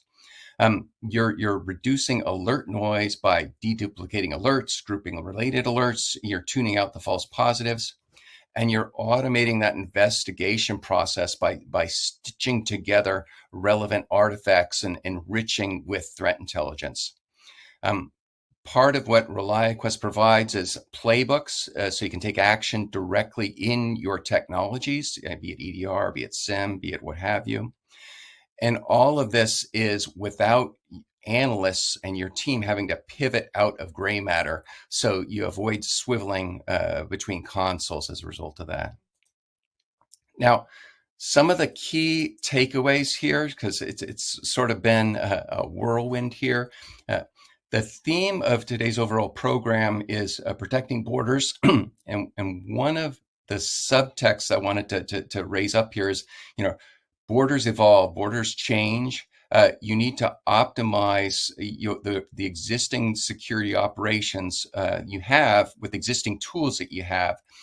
But you also need to maintain flexibility for future evolution. You might be completely satisfied with the security stack you have today, but tomorrow there's going to be something that might crop up. Maybe it's a new cloud platform, a new SIEM, a new EDR, who knows what that might be.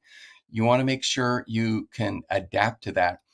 Having the ability to integrate with that's part of what gray matter brings in through bidirectional integrations, is going to help you provide flexibility today, but also provide that strategic flexibility as you might invest in a different tool set tomorrow. You also need to ensure you have a holistic approach that absolutely you got to react when circumstances crop up. When there's the next move at vulnerability, you're going to need to respond promptly to that. But it's also the ability to be proactive. And that's things like threat hunting. That's things like making sure you're using playbooks to proactively take steps to mitigate potential issues. And then one of the other elements in terms of making sure you're optimizing security operations is ensuring you have adequate metrics so you can understand how you're performing today across detection, investigation, response, but also so you know how to improve your team, improve whoever you might be working with. One of the things gray matter provides is metrics that include things like MITRE attack coverage, so you can see where you might need to improve your detection to make sure that you have detections in place for holes you might have today. It's also allowing you to see the false positives, see that false positive rate, see threat hunts, how that's performing, as well as things like mean time to resolve. And one of the things that I'll underscore there is when it comes to the way you look at things, you might have some folks out there that talk about mean time to respond, where they say, hey, look, I responded. That's great. The way I focus things, and the way where ReliaQuest focuses things is on resolution, closing out that alert and that time to resolve, and seeing how you're performing in terms of mean time to resolve over time against yourself, against peer companies, and against other folks that might be out there. Now, the second point there is delivering consistent, efficient security operations across the security stack. You have an environment that, sure, endpoints are the biggest part of your attack surface. You have on-premises systems. You also might have multiple clouds, multiple SIEMs. Ensuring you're able to adapt and provide consistent coverage across that environment. One of the points I'd make here is some folks talk about, hey, there's this cloud detection response thing, and there indeed you do have to look after your cloud systems, and that's they can be somewhat different, but ideally you want to have they're not that different. You want to have one console, one platform, so you can see across everything, endpoints, on-prem, and cloud. And the final point there, my shameless plug for ReliaQuest, is what gray matter's helping you to do is accelerate that security maturity journey, so you can operate, so you can measure, so you can prove over time as your borders evolve and as your business evolves. So with that, there might have been some questions that have cropped up while I've been talking. I'm happy to answer anything that might have cropped up. Yeah, absolutely. Okay, well, we're definitely going to get into some questions. Oh boy, end of a day. But before we do that, I'm just going to put up a poll question for everyone out there in the audience. And what we're wondering is what additional information you would like to get about the ReliaQuest solution. So there's some great options for you to select there: data sheets, white papers, maybe some case studies, pricing information, your own demo. So whatever it is that's going to be most helpful to you in this moment, click on that poll and ReliaQuest will follow up with you. Make sure you get the information that you need so you can get those follow-ups on all the awesome things that we just talked about with Todd here today, because obviously there is lots more to dig into. So you guys click on that poll. While you're doing that, Todd and I are going to get into some questions. Todd, you ready? I am ready. Oh, one thing in terms of case studies, we just published a couple new juicy case studies that you can click on there. One for Fox Communities Credit Union, a credit union that is doing some super interesting stuff. Food Chain ID is another one that just cropped up today. We published actually yesterday on the website. So there's some new case studies you should take a look at. Ooh, awesome. I love a good juicy case study. That's great. All right. Well, we have a question here wondering about cloud environments. And is that going to change any of the security operations or how ReliaQuest is going to work with them? So I think what that question gets at is if you're a cloud first organization, does this sort of change anything? Mm-hmm. It changes some of the prioritization, what you want to do first, but it doesn't really change the fundamental assets. You need to ask yourself, okay, where are my crown jewels? Where are my critical assets? If they're in the cloud, you're going to need to spend extra time making sure you have the detection in place that is relevant there.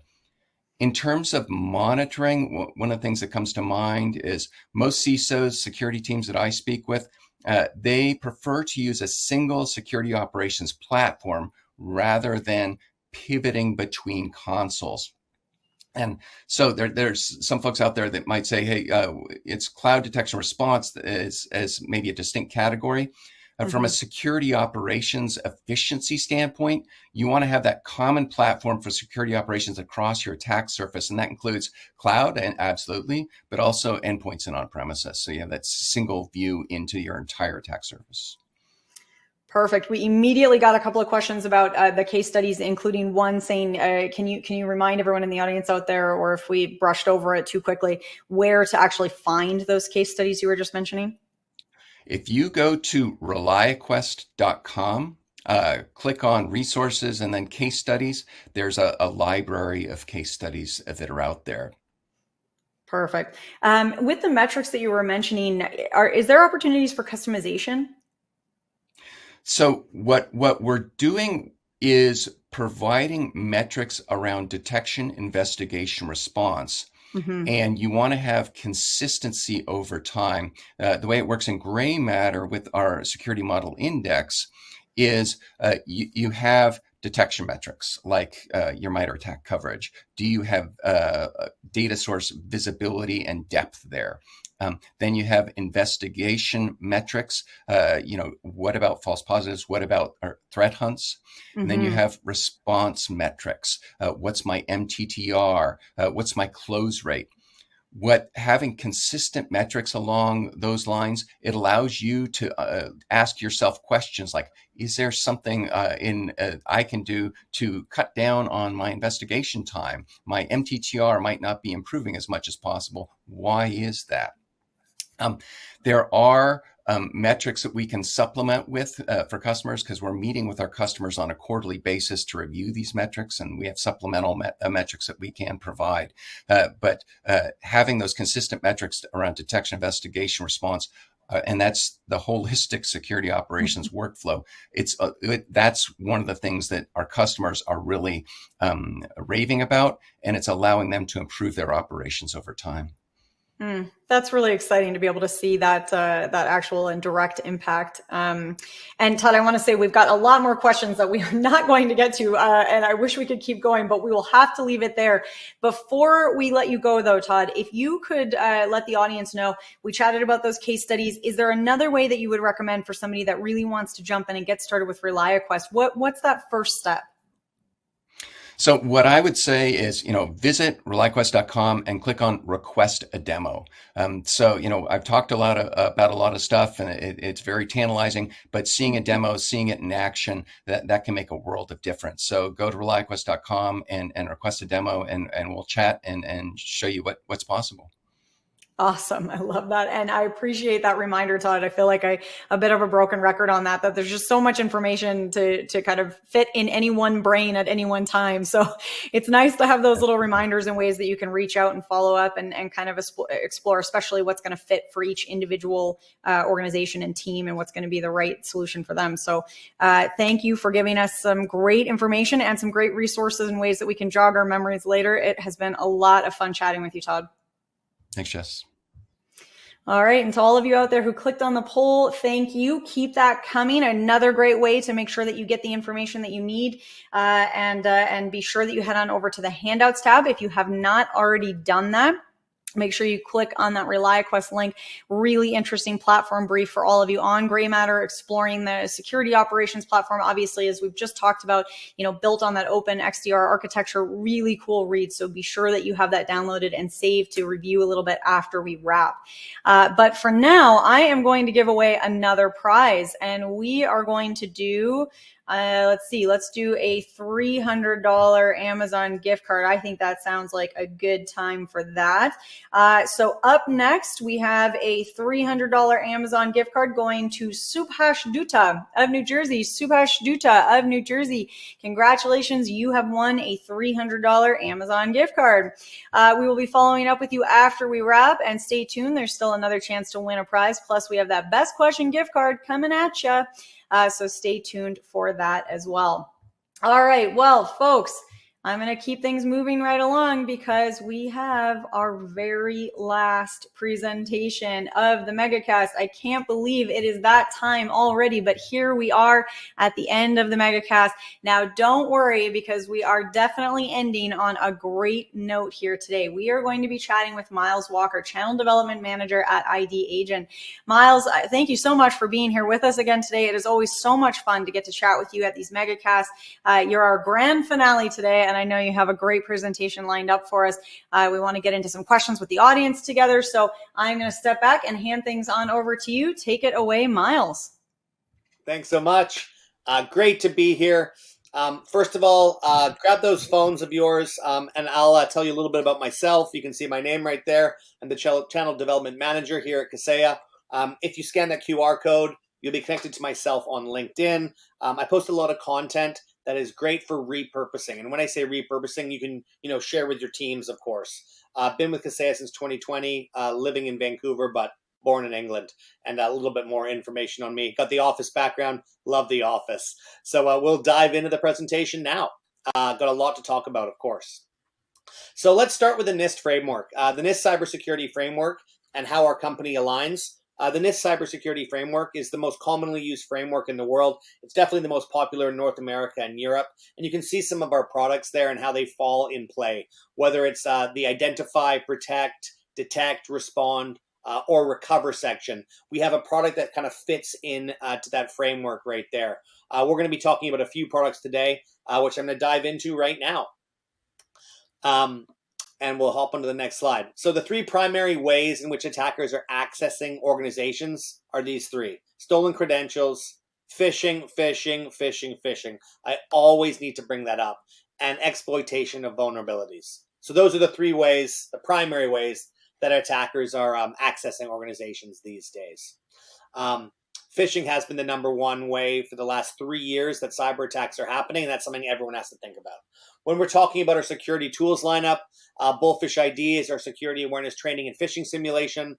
We have Dark Web ID, which is dark web monitoring and compromise alerting. Graphis is our AI-based, AI-powered email security and phishing defense. And then Rocket Cyber is our Managed Security Operations Center, or SOC. Managed SOC is what a lot of people call it. So those are the four products we're going to be talking about and diving into today. So first up, Dark Web ID. We probably all heard of the big bad wolf out there, the dark web. And let's dive right into the product itself. That's Dark Web ID. So of all the attack vectors, it takes the longest amount of time to identify breaches where the attacker uses stolen or compromised credentials. That's so good to know because there's so much information out there on the dark web and so much information about us, about you, about me, about whoever's listening in, and we probably don't know about it. And that's why dark web ID is so essential to your business. You need to know if your credentials or information or PII is in the dark web. You can see what the dark web looks like over there. The dark web ID product looks like on the side there. We have it on a tablet. So dark web monitoring and compromise alerting. So what we're doing, we're protecting organizations from data breaches and fraud. This is a huge way that cyber attacks are happening. If you can believe it, the Colonial Pipeline attack that happened a couple years ago, one of the largest attacks that has happened in the cyber world, that was from an old credential of an old coworker or a worker that had left the company a few years earlier. So when we're talking about dark web ID, identify and proactively monitor for organizations' compromised credentials and PII. PII, of course, personally identifiable information. And it, of course, alerts you to expose credentials before they can be used by attackers. That's big. You can actually do a scan of the dark web, and it's a pretty scary thing to do. I'm not going to lie. I know the first time I did it, I put my old email in from an old company I worked for, and to see my old password on the dark web was really scary. So this isn't something you just use once and then hope and pray that it doesn't happen again. You're going to be constantly doing this over and over again, and that's why dark web monitoring and compromise alerting is so key. On to the next slide, please. All right, so let's dive into Bullfish, security awareness training and phishing simulations. That's Bullfish ID. This is one of our flagship products and one I always love to chat about. So why employee security training is essential. If you have your cameras ready, take a photo of this slide because this is unbelievable. If you as a business had one tool you could use and that would help reduce risk of your employees getting in trouble by 70%, would you do it? Yes. So businesses can reduce their risk by up to 70% just by doing employee security awareness training. That's so key. 1 year of training will reduce the number of employees fooled by phishing by 90%. So you can have all the best solutions in place, but at the end of the day, human error is a big thing. So we need to train employees on what to look for and what not to look for. Security awareness training also reduces the cost that companies incur because of phishing, like lost productivity, and incident response by more than 50%. Super important. So that's kind of the basis for security awareness training.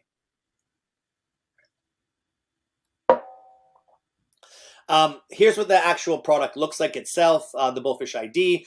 So what are you going to be doing with Bullfish? You're going to mitigate human error by transforming employees from security risks into security assets. A lot of people say that, employees are the biggest risk to a business, and that's true. And that's why we need to flip that on its head and turn the biggest risk into the biggest asset. And how we do that, plug and play and customizable phishing kits and video lessons and online quizzes delivered via our personalized portal that makes training painless for everyone. So we want to make this easy for you to allow your employees to see what they're doing. Obviously, when we're talking about phishing simulation, we want to make those phishing emails look like they're real and make them relevant to your business. On to the next slide, please. So here's the top 3 phishing simulations where employees submitted data. And when I say top 3, this is what they actually look like. So we probably all use LinkedIn. We probably all, use DocuSign or sign documents or payroll, and then Microsoft. These are examples of phishing simulations that we have. So when I say phishing simulations, you need your employees to actually get reps in. So they need to practice. They need to see what an email looks like that's real and what it looks like that's fake. And obviously, at the end of the day, what the point of this is we want to stop those phishing emails getting through to the end user. And that's why we do phishing simulations, of course. And that's why security awareness training is so important. We have engaging training content. That's so important as well. A lot of companies use different security awareness training programs, but they're not updated. They're not relevant to a business. And we have over 90 easy to understand, short and visually engaging training videos. And we have subtitles in 8 languages. So it doesn't matter if you're just speaking English. If you want to speak Spanish or Portuguese, we have those. And we also have subtitle, like I mentioned, in 8 languages, whether that's Hebrew, whether that is French English, French Canadian English, and several other languages. New courses are added regularly. So we're constantly updating the training content so that your employees can get smarter and smarter and smarter. Online quizzes after every course to test employees' knowledge retention. It's great that they maybe didn't click on a phishing email, but do they actually know, what it actually looks like? And we can help with that. I mentioned the customized training portal. And you can create and upload your own training content. So say, for example, you're in the law space, or you're in the IT space, or you're in finance or banking. You can actually upload your own content that's completely relevant to your employees. And lastly, trainings obtained from other sources, mandatory safety training, new employee training, you can put that in as well. We always say that when an employee starts, they need to be ready right off the bat for what's ahead of them. And that's why we think that, training them right away is something that is so vital to a business. Track campaign progress via dashboard and automate report delivery. So we can keep track of the phishing and training campaigns for each user or department via this dashboard. Graphis. This is why I got brought into the company several years ago. When Graphis came into the Kaseya family, they were looking at adding an anti-phishing solution to the family of brands, and that's when Graphis came on board. Graphis is one of the most awarded phishing solutions in the channel, and this quote or this number is pretty shocking. 91% of cyber attacks actually start with a phishing email. So if you can stop phishing emails from getting to the end user, that's so key. There's about 376 billion emails sent every day, 376 billion with a B. And so obviously a lot of those phishing emails are going to be blocked out, but there's still going to be some that get through. And here's another stat that's quite shocking. 1 in 3 employees are likely to click the links on a phishing email, and 1 in 8 are likely to share information requested in a phishing email. That's just good things to know, because that's employees that you work with. And look at those numbers. That means 1 in 3 and 1 in 8 are likely to give information away, of course. This is what the Graphis product looks like. It's clean, it's crisp, it's easy to see, it's easy to read. And you can actually see, if you look in and dive into the product there, whether it's phishing emails, whether it's BEC scam, executive spoofing. I'm sorry, I'm leaning in here to see it because it's a little small on my screen. A suspicious sender. That's an example of what you're actually blocking out when you're using Graphis. This is for Microsoft 365 and Google Workspace, and it's an anti-phishing solution with an AI base. We like to say that the AI is our secret sauce, so to speak. So you stop both known and zero-day email threats like spear phishing, like malware and ransomware, business email compromiser, like I mentioned, BEC, account takeover, which is ATO, or brand impersonation and fraud, and supply chain attacks. So those are the kind of fundamentals of what Graphis does. If we're talking about Graphis and you're bringing on a new solution, you want to make sure that solution is easy to learn, it's easy to load, and with no MX record change, no agents, no proxies, we can get up and running usually within less than an hour, depending on the size of the business. I mentioned AI. The AI self-learning algorithm looks at about 50 different attributes of each email and decides, should this email be allowed in or should it not? At the end of the day, it's a powerful tool, real-time email protection with auto-quarantine and malicious emails or suspicious content. And that's something you need. Whether you have an AI solution now or you're thinking of getting one in the future, I always say to people, in the next 18 to 24 months, most companies will have some AI-based email solution or anti-phishing solution in place. So start doing your research now. So here's the 3 layers of protection: report phishing, the employee shield warning banners, which we're going to jump into in a slide or two, and then quarantine. So there's 3 layers of protection, not 1, and that's so important. The employee shield banner, we'll hop onto the next slide. This is the most visual layer of defense. When I say a visual layer of defense, sorry, it's actually 2 slides ahead, but we'll start here with the trust graph. If you go back 1 slide there. So this is the trust graph. I mentioned the trust graph. That is our AI going to work. We look at 50 different attributes to let that email come through. And if it doesn't pass the test, it's not getting through. And that's so important, because at the end of the day, we talked about it earlier, employees are our biggest worry to a business. So let's turn them into the biggest asset. And if you go to the next slide, you'll see with that warning banner that Employee Shield warning banner, this is the version on the mobile version. We, of course, have them on the desktop version as well. But you can see in the purple there, report phishing or report a false positive. So by reporting phishing, all those emails that are reported phishing will get pulled. So when I say you report phishing, say yourself and a few others in the organization have had that same email come through because cyber criminals are targeting you. If you notice it's actually clearly a phishing email, you press that button, all the rest get pulled. So you can alert users, empower users, and analyze that threat as well. Fish number one, our last layer of defense. This is where we transform your user into an active shield of defense by empowering them to proactively quarantine, as well as simultaneously report suspicious and unwanted emails for IT to investigate. So you can route suspicious emails to IT. We automatically quarantine, and we can analyze that threat. So we can go in a sandbox environment, take a look, and see what's actually going on in that email, and then move on from there. So let's dive into Rocket Cyber. Rocket Cyber is one of our products that I mentioned earlier, and I want to dive into that. So let's get in.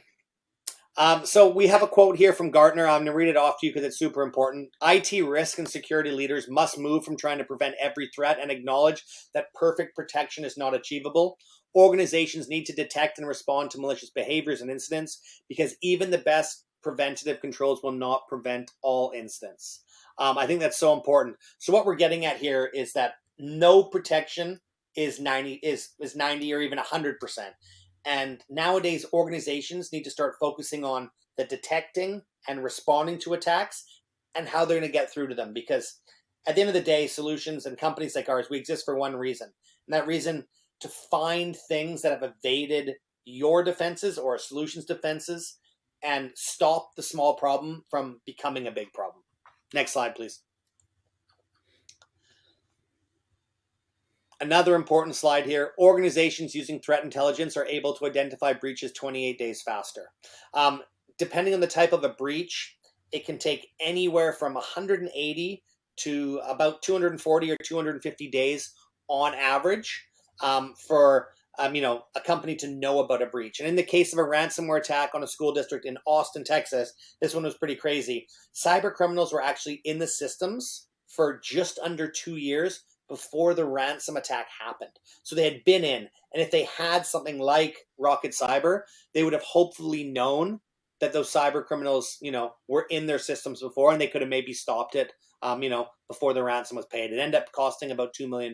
So that's just an example of a real-time thing that happened and how that happens, because if you use something like Rocket Cyber, obviously you can identify quicker. When we're talking managed SOC, the three pillars of Rocket Cyber: endpoint, as you can see there in the middle, network and cloud. And this is a multi-tenanted cloud architecture, and it's fueled with integrated threat intelligence. So how do we do this? Of course, from using our team of elite security experts for 24/7 threat monitoring. So this is something that's being done all the time when, you're at work and even when you're sleeping. And when we're talking about managed SOC features on the next slide, lastly, the goal is we're continuously hunting for indicators of compromise to see if an attacker has actually gained a foothold, has gotten into the systems, much like that story I told you about the Austin, Texas school board. We have advanced breach detection technology that is looking at activity and constantly monitoring systems that could be indicative that an attacker is, taking malicious actions upon your business, basically. And at the end of the day, we monitor all network connections on endpoints against industry threat feeds to look for connections from malicious networks. So that's something that's super important when you're looking at getting a managed SOC for you. So I talked about all the four products: comprehensive protection under one roof, Bullfish ID, Dark Web ID, Graphis, and Rocket Cyber. And obviously, I wanted to leave you with some type of offer here, of course. So when I say offer, if you buy one of our security products, you get 20% off and 1 month free. If you buy two security products, you get 25% off and 2 months free. So if you are interested, please do reach out.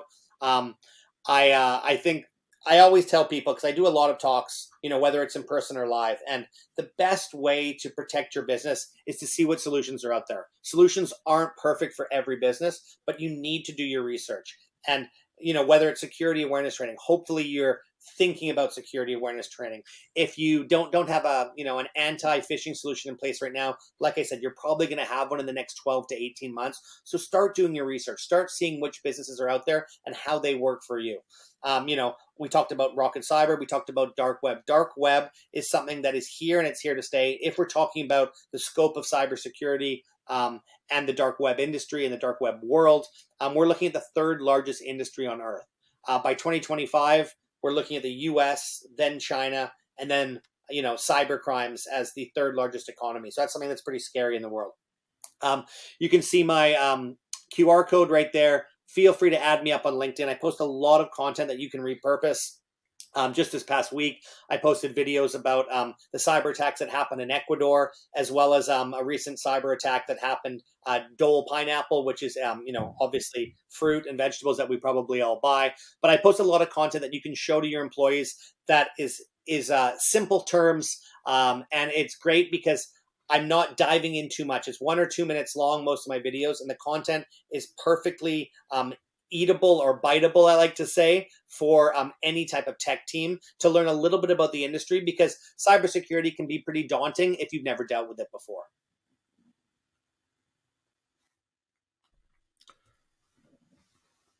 All right, Miles, great presentation there. Are you ready for some questions? Yeah, let's do it. All right, super.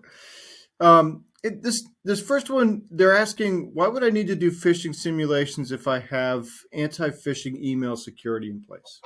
Okay. So why do you need to do phishing simulations? Well, I kind of mentioned it briefly earlier. You can have the best solutions in place. You can have, Rocket Cyber and managed SOC. You can have, security awareness training. You can have an anti-phishing solution in place. But at the end of the day, like I said, you need to get those reps in. I know myself, when I first started, in this role, and we were doing security awareness training, I actually failed a security awareness test. And I haven't failed one since, I promise. But it was pretty scary at first, because these phishing emails are so real. And whether it's, a fake email for Outlook or maybe for FedEx, the one that actually duped me was one for DocuSign. And to be honest, I just started at the company. I got a DocuSign saying, can you fill out this form just so we have your information? And I had never done security awareness training. And if you start with, new employees right away, that is the best way to get people thinking about cybersecurity. You have to get them when they're green and when they're first starting. Also, it has to be a top-down approach. It has to come from the CEO. The CEO, the CFO, the CTO, they're not immune from cyber attacks. So we really hope that the businesses we work with, we have a top-down approach. So it doesn't matter if you're the operations manager, if you're a secretary, if you're a contractor, you have to take this seriously. So back to the question, phishing simulations are great, but you need to get those reps in to make sure, because an AI-based solution like Graphis will block about 99% of all emails or bad emails that go through. But at the end of the day, it's that 1%. And we talked about 376 billion emails are sent a day, and the bad ones are still getting through no matter what. So that's why, having protection in place is key. Yeah, and that leads to another question that I had, which is, you're talking about, getting the reps in, and you mentioned something earlier about, a year really making a difference on whether people are going to open up, phishing emails. But, what do you find as far as like, how long does it take to start to make a difference, with employees and the training? It's usually within a month or two. So they have to get a couple reps in under their belt, because, a lot of employees, especially in IT, there's not enough people who actually work in IT. So we're actually grabbing from different industries. So for example, if you look at our marketing team, about half of them have IT backgrounds and half of them have come from different industries. If you look at our sales team, probably 50% have IT software sales, but a lot of them are coming from, sales from other industries. So they haven't had that experience, possibly, looking at those phishing emails. So it usually takes a couple months until they actually start to realize, this, pardon the pun, but it looks a little bit fishy, this email. And, I know it's so stupid to say that, but it's true. So after a year, you've improved your cyber hygiene by 70%. And usually after 2 or 3 months, it's up by 20 or 30%. So it is, a scale that can go up quickly. And if you get more reps in, you get to see, what those attacks look like, and you're getting smarter and smarter and smarter. It's like anything. I play basketball every day.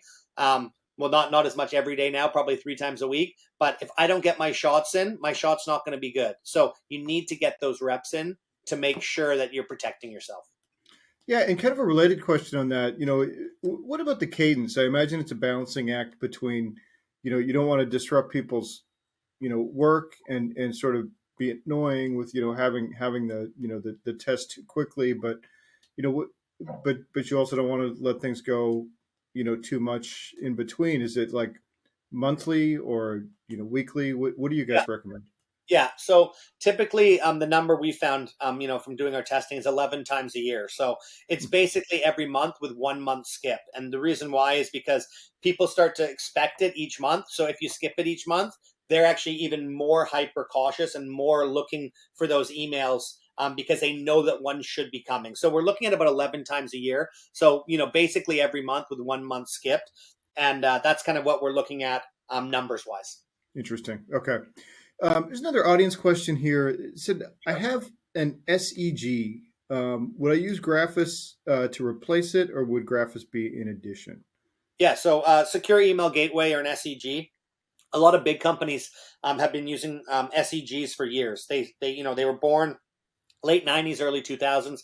They've been around for a long time. They're often rule-based, and a lot of people are moving away from SEGs because they're just not as robust as some of the the AI-based email solutions or anti-phishing solutions out on the market. So I'm never going to say to someone, get rid of an SEG, because they probably have had some good successes, but cyber criminals are figuring out ways to sidestep those SEGs. So a lot of people obviously run our solution, Graphis, our anti-phishing solution, alongside an SEG, but a lot of people are replacing them wholeheartedly with an AI-based solution because they're so robust and they're catching threats and emails that an SEG maybe won't catch. Okay, excellent. And we've got time for one more. Somebody's asking, what security products does Rocket Cyber integrate with? So Rocket Cyber integrates with a lot of different solutions, and they obviously Rocket Cyber integrates seamlessly with a lot of the Kaseya products, of course.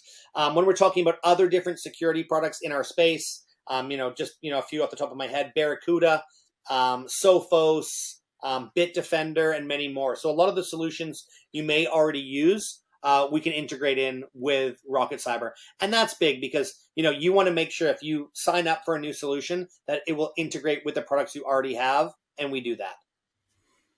All right. Well, Miles, that's about all we've got time for today, but thank you so much for coming on and bringing us up to speed. Really appreciate it. Of course. Thanks so much. All right. Well, echoing that big thank you to Miles, and also, of course, to Scott for joining once again. Scott doing all the on-camera work for us today. Thanks for leading us through that awesome conversation with Miles. And I do want to point out that we've got that poll up for all of you. And our question is, what additional information you would like to get about the ID agent solution? So make sure you take a moment now, click on that poll, get those additional resources sent right to you, and make sure that you have those awesome follow-ups to our conversation here today. I will also remind you to go over to the handouts tab. Be sure that you've got the product brief from ID Agent on the Kaseya Security Suite for Business. It's a great read. Obviously, this is all a really important topic, a really important tool. So be sure that you go and check that out. And before we move on to our prize, I'll just remind you, while you're in that handouts tab, make sure you've got all the handouts from the day today. Click, open, save, hold on to those tabs, download those resources. Make sure you've got those all ready to go after we wrap up, because you will want those resources. So click on the poll, go to the handouts tab, and let's do our final prize giveaway. And I will read the entire prize list as well. So our next winner of a $300 Amazon gift card today is Steve Brentlinger of Nebraska. Steve Brentlinger of Nebraska. And our very last winner of an M2 MacBook Air Jolene Kmet of Pennsylvania. Jolene Kmet of Pennsylvania. So the whole winners list here, the whole shebang. Gift card going to Adrian Collins of Arkansas. Gift card going to Steve Layton of Colorado. MacBook Air going to Paul Stucklasa of Connecticut. Sorry, Paul. It's been a long session. You won that MacBook Air. Then gift card going to John Jennings of Illinois, our superhero or alliterative superhero there. Gift card going to Doug Mounts of Washington. A gift card going to Richard Forenbach of Virginia. A MacBook Air going to Philip Avner of Washington. A gift card going to Subdash Dutta of New Jersey. And a gift card going to Steve Brentlinger of Nebraska. And a MacBook going to Jolene Kmet of Pennsylvania. Some awesome winners there, as well as some awesome humans out there in the audience with us as always today, folks. And with that is going to bring us right up to the end of our webinar. Boy, has it been a day. I do want to remind you all to stay tuned. Not only will we be following up with all of our wonderful winners, but with our best question gift cards from each one of our sessions. So stay tuned for that. All right, now if you are here on the MegaCast today and you're thinking, man, this seems like a good time, it is, and you should join us. So if you think that your organization or yourself would like to present on an EcoCast, a MegaCast, a webinar, a panelcast, a democast, whatever you have in mind, please do send us an email at connect@actualtechmedia.com and we can get that conversation rolling. Eric says awesome humans in the webinar as well. Eric, you are right. We have quite the crew with us today. Boy, have our speakers been amazing. It's been so much fun sitting in on all these conversations. I loved all the presentations we had. Boy, I tell you, I learned something new from every MegaCast, and today was absolutely jam-packed. Garrett, so glad you got some good information out of it as well. I love these high fives coming in. All right, well, with that, on behalf of the Actual Tech Media team, I want to thank our speakers once again from Rubrik, Gigamon, Pure Storage, Tanium, Sequence, ReliaQuest, and ID Agent for making this MegaCast possible. And as I just said, the biggest thank you has to go out to all of you for attending, but also for participating, for being a part of our MegaCast today and part of this conversation. I really had a lot of fun with all of you, comparing notes on, coffee needs and favorite metaphors for layered security programs. We never did settle the onion cabbage debate, so please take that with you and ask around, ask your friends. Talking about security solutions has been a lot of fun with all of you today, and most of all, listening to these incredible experts and listening to them tell us about their favorite tools and trends. It's really fun to see some of these experts get excited and what's on their radar and what they're interested in. So I hope that you enjoyed that conversation. I hope you've gotten some interesting ideas, maybe some tips and ways that you can start to kind of tackle these layer by layer defenses that we're building in our organizations. But best of all, I hope you had a good time. I hope you enjoyed your day here with us today. Now, before you take off, please do mark your calendar for the expert series. That's Friday, September 1st. That is tomorrow. I feel like I blinked and now it's September. I don't know how that happened. If anyone has an explanation for how time moves faster in the summer, I would love to hear that. But all of a sudden, here we are at fall already. So September 1st, ransomware entry points, trends and tips. This is going to be such an interesting conversation. I think you're going to get a lot out of it. So be sure that you're ending your week. Start your Friday out with us at the Expert Series, Ransomware Entry Points, Trends and Tips, Friday, September 1st. That's noon Eastern, 9 a.m. Pacific. Again, noon Eastern and 9 a.m. Pacific. And hopefully we will see you there. Well, I hope that I get to talk with all of you again soon. Boy, has it been a great day. And until we get to connect again, have an absolutely beautiful rest of your afternoon.